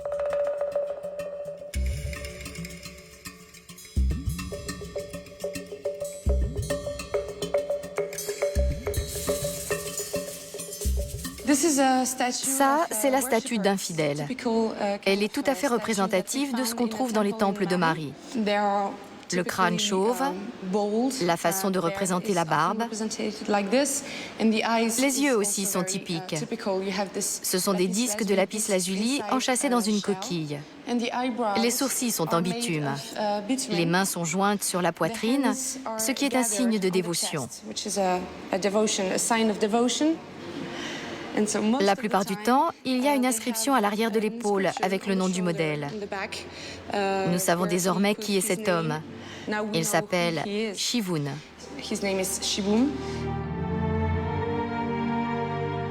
C'est la représentation typique du fidèle. Les citoyens fortunés commandaient des statues à leur effigie pour les offrir ensuite à un dieu bien précis. Ils ont chacun leur spécificité. Selon ce que vous voulez, vous vous tournerez vers tel dieu ou tel autre. C'est ce qui dicte le choix du temple. Il n'était plus question de culte uniformisé à une même déesse. On avait ici tout un panthéon de divinités très différentes les unes des autres et qui remplissaient chacune une fonction particulière. Vénérés dans toute la Mésopotamie, les dieux et les déesses de Marie font partie des premières divinités de notre histoire à avoir un nom. Nous savons qu'il y avait beaucoup de déesses et de dieux. Nous les connaissons à travers les mythes. Ils font l'objet de beaucoup d'histoires. Il y a par exemple Ishtar, qui est à la fois la déesse de l'amour et celle de la guerre. Il y a aussi le dieu du soleil et le dieu des agriculteurs. Ce panthéon mésopotamien est l'ancêtre de tous les autres, avec toujours un dieu principal et sa femme. Chez les Grecs et les Romains, le panel de dieux est exactement le même.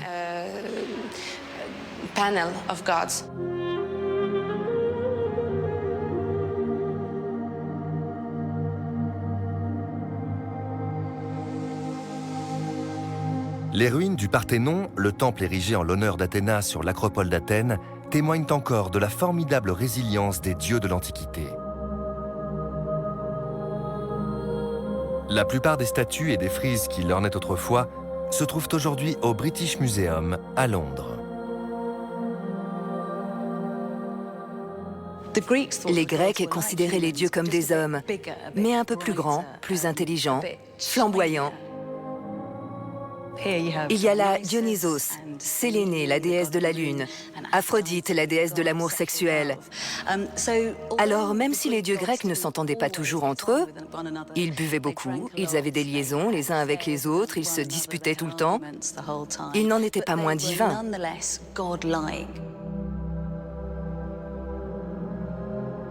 Il ne faut pas oublier que dans la Grèce antique, les dieux, les demi-dieux et les esprits étaient omniprésents.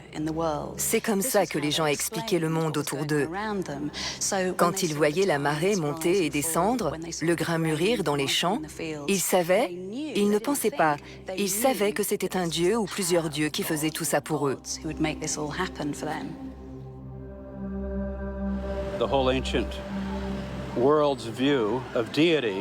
La conception de la déité dans le monde antique, c'est qu'il existe une force globale. Mais cette force n'est pas nécessairement incarnée, on ne va pas lui parler. Elle se manifeste à travers les puissances naturelles. C'est bien que le ciel, la mer et tous les phénomènes naturels sont respectés. On les considère comme positifs, on les respecte et on les célèbre. On célèbre la puissance du vent et de la mer. Plus tard, les Romains ont adopté les dieux grecs en modifiant simplement leur nom. Zeus est ainsi devenu Jupiter, Dionysos Bacchus et Aphrodite Vénus. Il y avait alors des centaines de dieux pour toutes les occasions possibles et imaginables. Si vous étiez malade ou mourant, si vous aviez besoin d'aide ou de prospérité, si vous partiez en voyage et que vous aviez besoin d'être guidé ou protégé, il était logique pour les Grecs et les Romains de s'adresser à la divinité concernée. D'abord du point de vue de l'efficacité, parce qu'ils allaient directement à la source, mais aussi pour rendre hommage précisément à ce dieu dans un temple où les prêtres se concentraient sur cet aspect en particulier.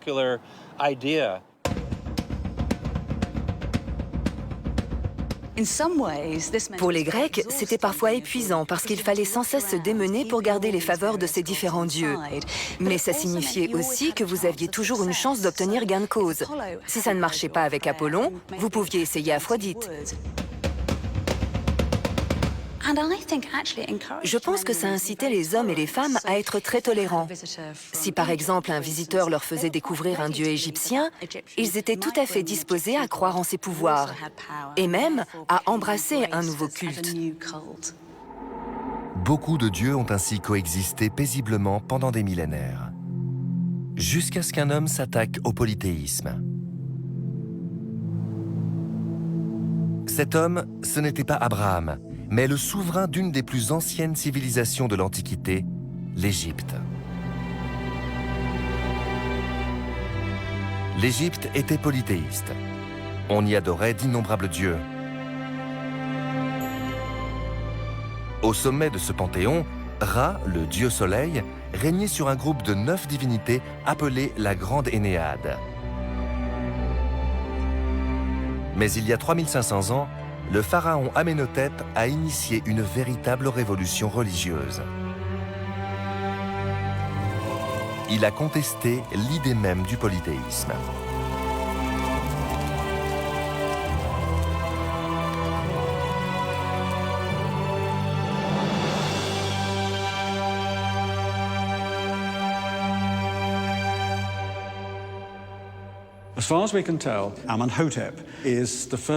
Pour autant qu'on sache, Amenhotep est le premier Égyptien qui a été capable de porter un regard critique sur la religion de sa propre société.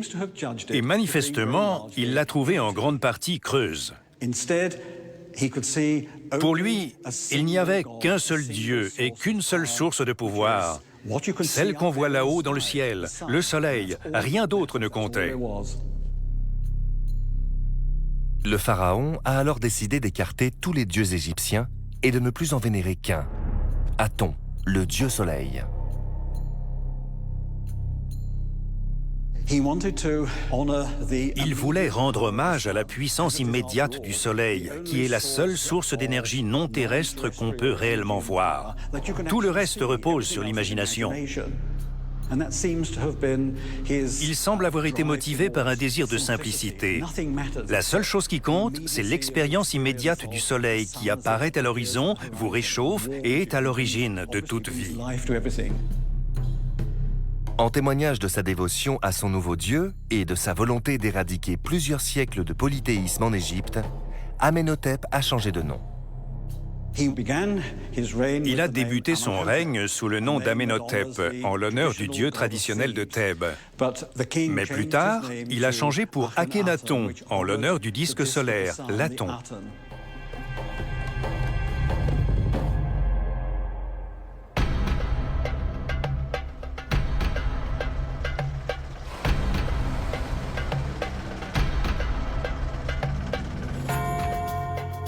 Akhenaton est allé jusqu'à bâtir toute une ville consacrée au dieu unique et à y installer toute sa cour. Il l'a appelée Akhetaton, l'horizon du soleil.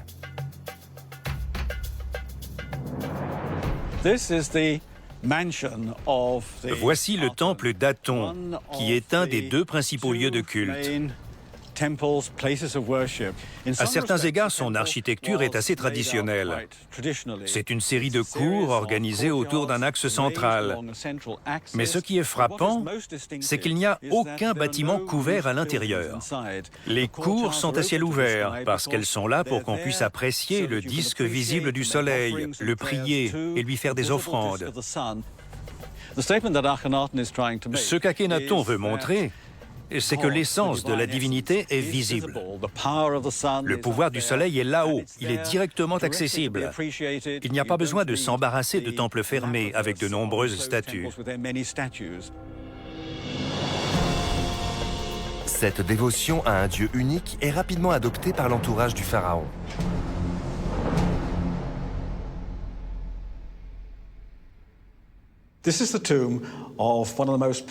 Voici la tombe d'un des personnages les plus influents de la cour.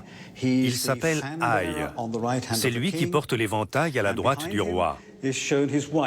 Derrière lui, il y a sa femme, Ti. Ils sont tous les 2 agenouillés avec les bras tendus vers le soleil levant en signe d'adoration. Et au-dessus, on a les colonnes de hiéroglyphes d'un long hymne à Aton.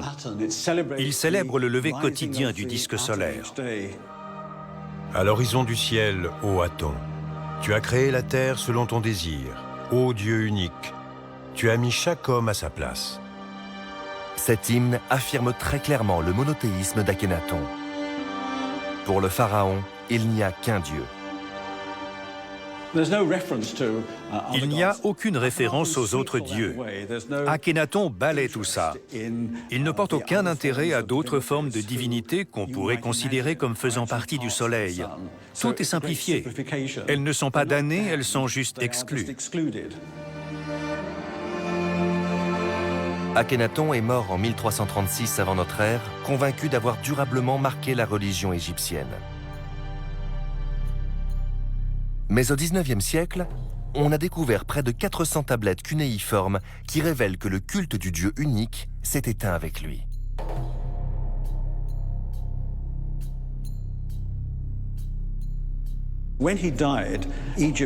Après sa mort, l'Égypte est revenue au culte traditionnel d'Amon-Ré à Thèbes et de toutes les autres divinités locales.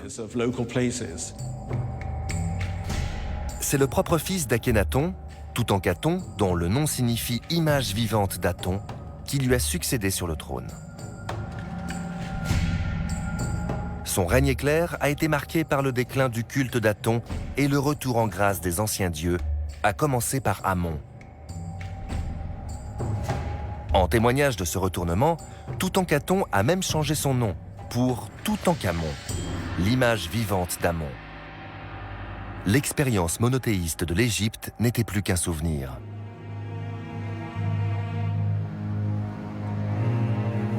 Le polythéisme était trop profondément ancré dans la culture religieuse de l'Antiquité pour se laisser écarter sans heurts.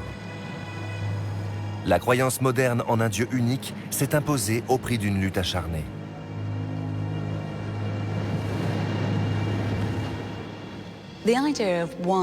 L'idée d'un Dieu unique était sûrement tout à fait extraordinaire et très choquante. Comment aurait-il pu n'y avoir qu'un seul Dieu quand ces hommes et ces femmes vivaient depuis des milliers d'années dans un monde habité par toutes sortes d'esprits, de dieux et de demi-dieux? C'était une idée terriblement révolutionnaire.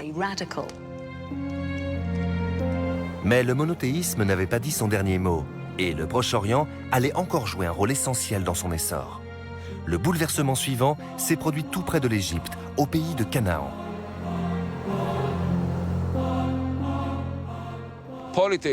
Le polythéisme était profondément enraciné dans cette partie du monde, depuis des millénaires. Nous en avons l'exemple ici même. Je me trouve sur les marches d'un hôtel qui a été construit au 3e millénaire avant notre ère, au début de l'âge de bronze. Il était associé au temple que vous pouvez voir derrière moi, sur ma droite. Dans la Bible, Canaan est la terre promise par Dieu à Abraham. Mais les archéologues cherchent désormais d'autres preuves de l'existence du peuple d'Abraham, les premiers Israélites. Pour ce qui est de la période formative de l'histoire des Israélites, l'archéologie est la discipline reine. Tout repose sur elle, car elle fournit des éléments en temps réel. Si je sors une pelle et que je me mets à creuser là, devant la caméra, je suis aussitôt dans la couche historique, la couche archéologique si vous préférez. Ce n'est pas le cas avec le texte biblique. Il ne faut surtout pas l'oublier.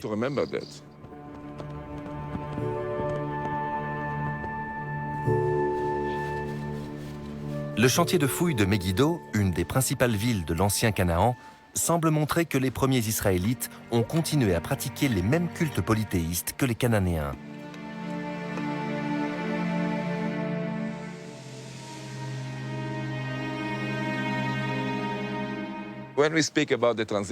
Si l'on prend la transition entre la vie cananéenne, disons au 2e millénaire, et les Israélites, à la fin du 2e et au début du 1er millénaire avant notre ère, je pense qu'il ne s'est rien passé du point de vue du culte. Il y a une continuité. D'autres sites attestent également la persistance du polythéisme dans cette région. À 70 km de là, des archéologues font des fouilles à Tel Hatzor, l'ancienne capitale de Canaan. C'est le plus grand site du pays, avec plus de 80 hectares et une population de 15 à 20 000 personnes. Ça en fait une ville comparable à Paris, Londres ou New York aujourd'hui. C'est un site majeur.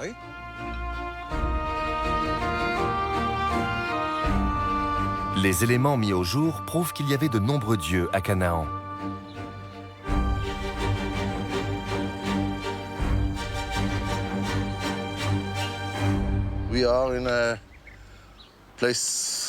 Nous sommes dans un lieu de culte de l'âge de bronze. On peut le voir d'abord aux pierres debout, qui étaient sacrées. Ensuite, on a le nom et le rôle des différents dieux, comme par exemple Adou, le dieu de l'orage, qui était un dieu très important ici à Hatzor. Mais ce n'était pas le seul, on vénérait aussi le dieu Sin, le dieu Lune et le dieu El.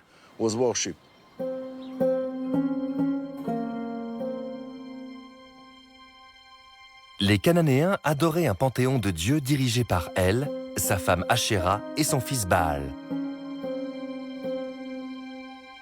Et lorsqu'ils se sont implantés à Canaan, les Israélites ont manifestement adopté les mêmes pratiques religieuses. Le principal dieu des Cananéens s'appelle El, tout comme celui des Israélites, El ou Elohim. Il est évident que ces derniers ont repris beaucoup de rites et d'idées religieuses à leur compte.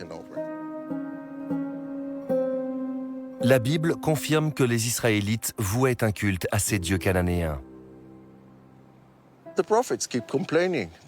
Les prophètes n'arrêtent pas de récriminer. Pourquoi adorez-vous ce Dieu? Pourquoi adorez-vous Baal? Vous n'êtes pas censé faire ça. Vous devez garder vos distances. Vous devez vous tenir à l'écart des Cananéens et de leur religion.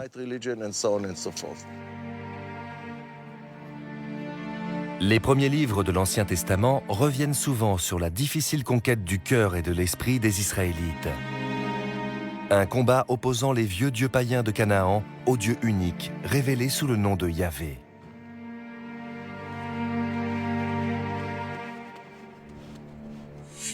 Anochi Adonai Elohecha asher hotziticha me'eretz Mitzrayim mibet avadim lo yeh lecha Elohim. Je suis Yahvé, ton Dieu. Tu n'auras point d'autre Dieu devant ma face.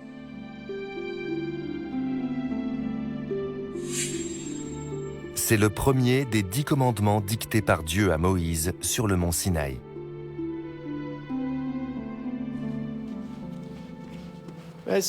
Voilà donc ce qu'on a à l'époque de Moïse. Un commandement qui impose d'adorer l'Éternel sans ignorer l'existence des autres.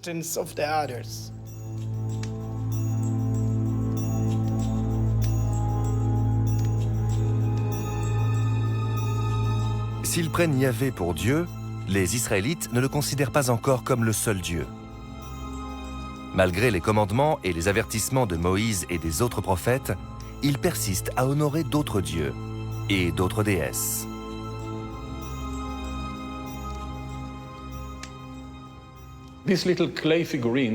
Cette petite statuette d'argile a été découverte sur mon chantier dans le nord d'Israël, au sud du lac de Tibériade, sur le site de Tel Rehov. La Bible n'en parle pas, mais c'était pourtant une ville très importante au Xe, 9e et 8e siècle avant notre ère. C'est un de nos volontaires qui l'a trouvé et qui me l'a apporté en courant. J'étais très content, c'est toujours un plaisir. La figurine a presque 2900 ans. Plusieurs milliers de sculptures féminines similaires ont été mises au jour sur différents sites de la période israélite. Elle tient un bébé dans ses bras, regardez. C'est donc une mère, une déesse mère en l'occurrence. Nous pensons qu'il s'agit d'Ashéra. Elle est tout à fait représentative d'un certain type de figurine réalisée autour de 900 avant Jésus-Christ, quand la religion israélite n'était pas encore complètement monothéiste.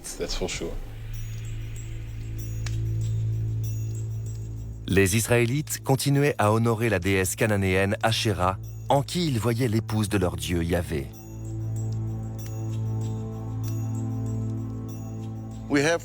Nous avons par exemple des jarres qui portent cette inscription pour Yahvé et son Ashéra. D'accord, on a donc Yahvé et Madame Yahvé, si vous voulez, Ashéra. Les Israélites idolâtraient de nombreux dieux. Contrairement à ce qu'on pense souvent, ils ne vénéraient pas tous Yahvé. Certains éléments montrent clairement que Yahvé a dû mener un combat long et difficile avant d'être accepté comme le Dieu unique. Les Israélites ont mis plusieurs siècles à reconnaître enfin Yahvé comme leur seul Dieu, et il a fallu une catastrophe pour les en convaincre.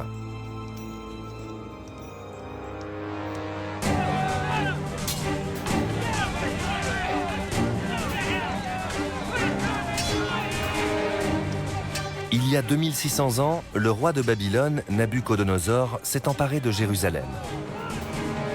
Ses armées ont mis la ville à sac et détruit le temple de Salomon. Des milliers de Juifs ont été faits prisonniers et réduits en esclavage.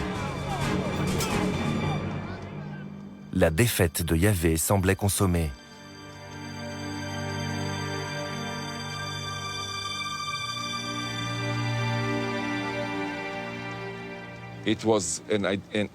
C'était une catastrophe théologique, parce que le Dieu d'Israël avait été vaincu par le Dieu des Babyloniens. C'est comme ça que les gens voyaient les choses à l'époque. Ils avaient besoin de comprendre ce qui s'était passé. Soit ils cédaient, ils oubliaient le passé et devenaient membres à part entière de la culture babylonienne, soit ils trouvaient une explication. Pendant leur captivité à Babylone, les Israélites ont élaboré une théorie révolutionnaire pour expliquer la défaite de leur Dieu. Ils ont imaginé un concept philosophique extraordinaire pour expliquer ce qui s'était passé et comment le Dieu d'Israël semblait avoir été vaincu alors qu'en fait pas du tout. Ils ont dit, réfléchissons un peu. Le Dieu d'Israël est si puissant qu'il est universel. Il règne sur tout et il décide de tout. C'est lui qui a envoyé le roi de Babylone. Le roi de Babylone était donc un simple pion utilisé par le Dieu d'Israël pour punir l'apostasie des Israélites. Rien de plus.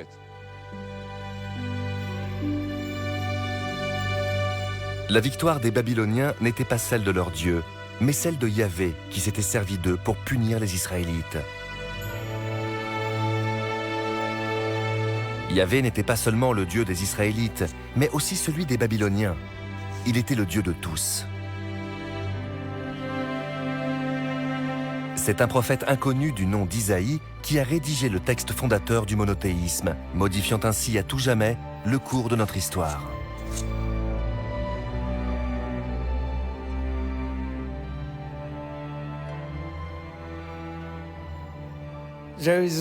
Hors moi, il n'y a point de Dieu. Je suis le créateur du bien et du mal. Je suis le créateur de la lumière et des ténèbres. Il n'y a personne d'autre que moi.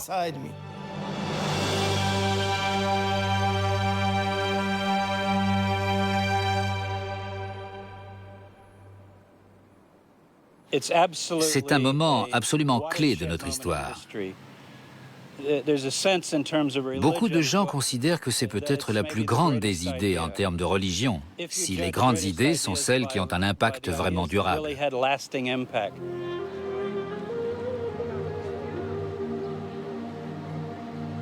Sous le règne de Cyrus le Grand, après la conquête de Babylone par les Perses, les Israélites ont été autorisés à retourner à Jérusalem. Ils ont emporté avec eux leur nouveau concept d'un Dieu universel. Mais ce ne sont pas les Juifs qui ont répandu cette idée révolutionnaire à travers le monde. C'est une autre religion, bâtie sur les fondements du judaïsme.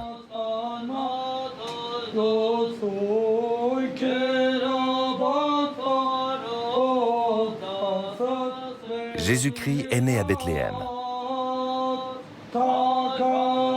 La basilique de la Nativité marque l'endroit présumé de sa venue au monde.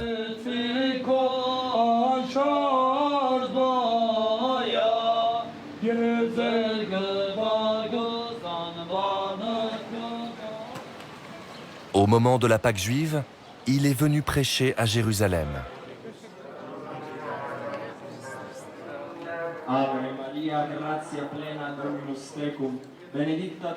Considéré comme une menace pour la paix romaine, il a été arrêté, jugé et condamné à mort.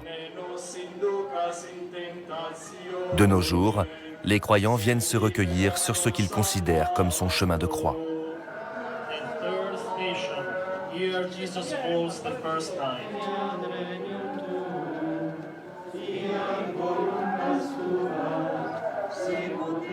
Here Jesus meets the holy women of Jerusalem. A great crowd of people follow him, including women who beat their breasts and lamented over it.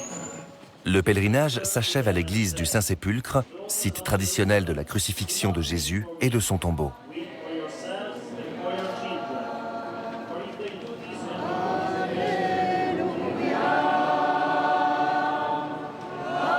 and 2000 ans plus tard, le christianisme compte 2 milliards de fidèles. Mais comment la version chrétienne du monothéisme a-t-elle réussi à vaincre le polythéisme et à s'imposer comme la première religion du monde ? Jésus-Christ lui-même n'a pas inventé une religion mondiale. Il a vécu sa vie et pratiqué sa foi de façon exemplaire. Ce sont d'autres après lui qui ont développé ses idées et la relation personnelle qu'on lui prêtait avec Dieu, son Père, pour en faire un système de croyance et une religion mondiale.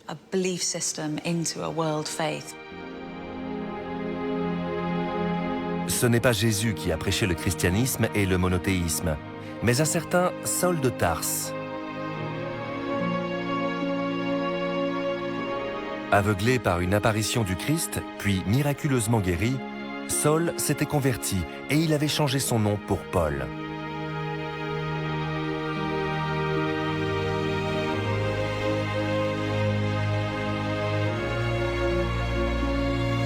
Il considérait que le message chrétien devait être prêché à la fois aux Juifs et aux non-Juifs, les gentils.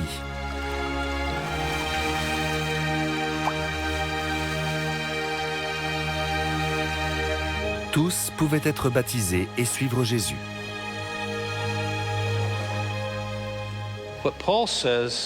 Ce que dit Paul, c'est « Si les gentils, les non-juifs, ont foi dans le Dieu d'Abraham, Isaac et Jacob, et qu'ils croient au Messie, Jésus, ne sont-ils pas aussi les enfants d'Abraham dans un sens spirituel ?»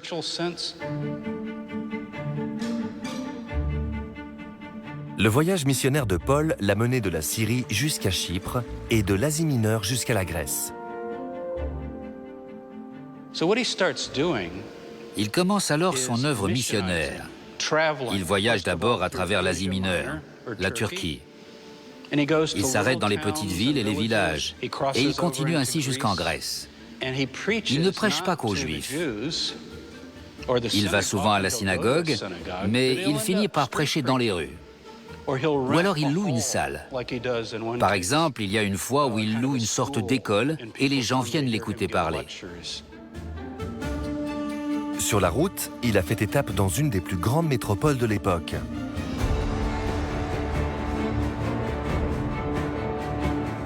Éphèse, capitale de l'Asie romaine et deuxième ville du monde antique, comptait près d'un demi-million d'habitants.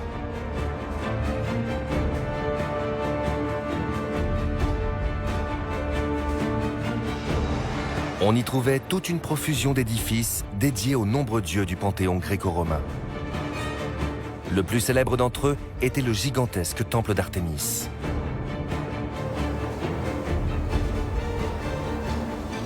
Si Paul parvenait à convertir les païens d'Éphèse au christianisme, la nouvelle religion pourrait se répandre à travers l'Empire. Ce qu'a accompli Paul en ouvrant le monde au christianisme, c'est totalement stupéfiant quand on y pense.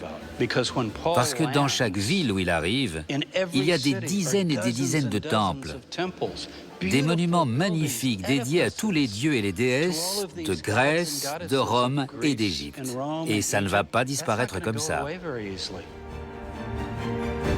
À Éphèse, Paul et ses compagnons missionnaires ont rédigé et prêché les nouveaux évangiles du christianisme. Leur religion, qui s'était démarquée de ses racines judaïques, s'apprêtait à porter le monothéisme au-delà de son berceau proche-oriental.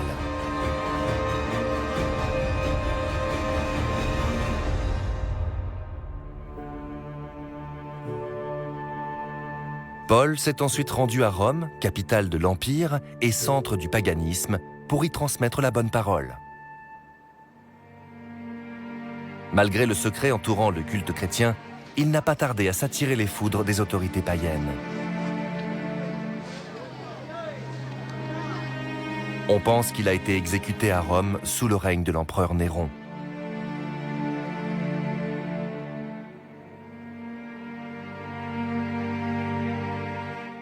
L'abbaye de Trefontane marque l'endroit où il a été décapité. Voilà, c'est là. C'est le pilier qui commémore l'exécution de Paul. On raconte qu'on lui a coupé la tête à cet endroit. En fait, le pilier ne sert pas à indiquer le lieu précis où ça s'est produit, mais plutôt à rappeler que c'était dans cette zone. Quant aux 3 fontaines, l'histoire raconte que sa tête a rebondi à 3 reprises et que Dieu a voulu témoigner de sa grandeur.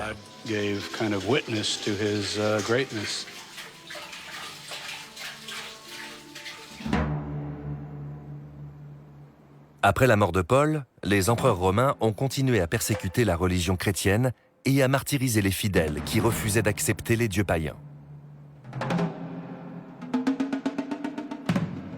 250 ans se sont encore écoulés avant qu'un ultime affrontement fasse triompher le monothéisme.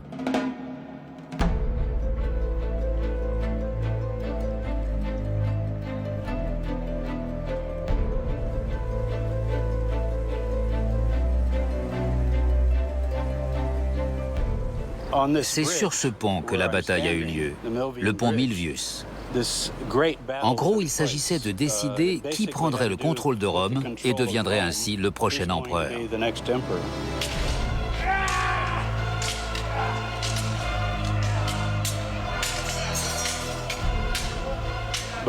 Mais avec le recul, on peut dire que le véritable enjeu de cette rencontre, c'était l'avenir de l'ensemble du monde occidental.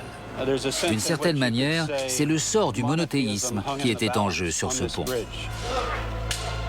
En 312, 2 armées se sont affrontées ici, sur le pont Milvius, à quelques kilomètres de Rome. D'un côté, Constantin, l'empereur des provinces occidentales de Rome, et de l'autre, Maxence, un usurpateur. Repoussés vers le Tibre, les hommes de Maxence et l'empereur lui-même se sont noyés.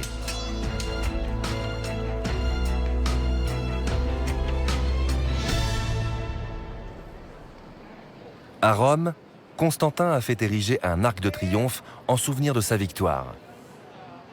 Dans les années qui ont suivi, le nouveau César a proclamé la tolérance religieuse au sein de l'Empire.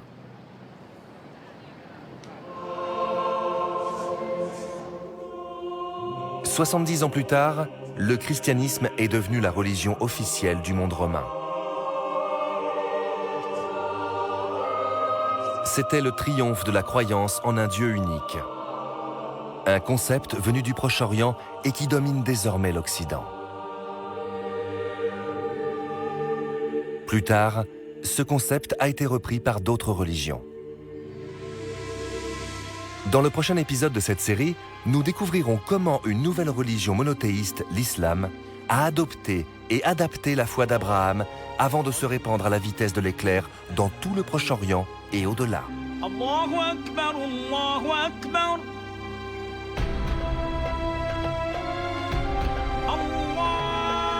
C'est le prolongement du rôle remarquable qu'a joué le Proche-Orient dans l'histoire des religions. Depuis les premiers balbutiements à Göbekli Tepe, en passant par l'évolution du grand panthéon des dieux antiques et les premières expériences monothéistes, jusqu'aux grandes religions modernes.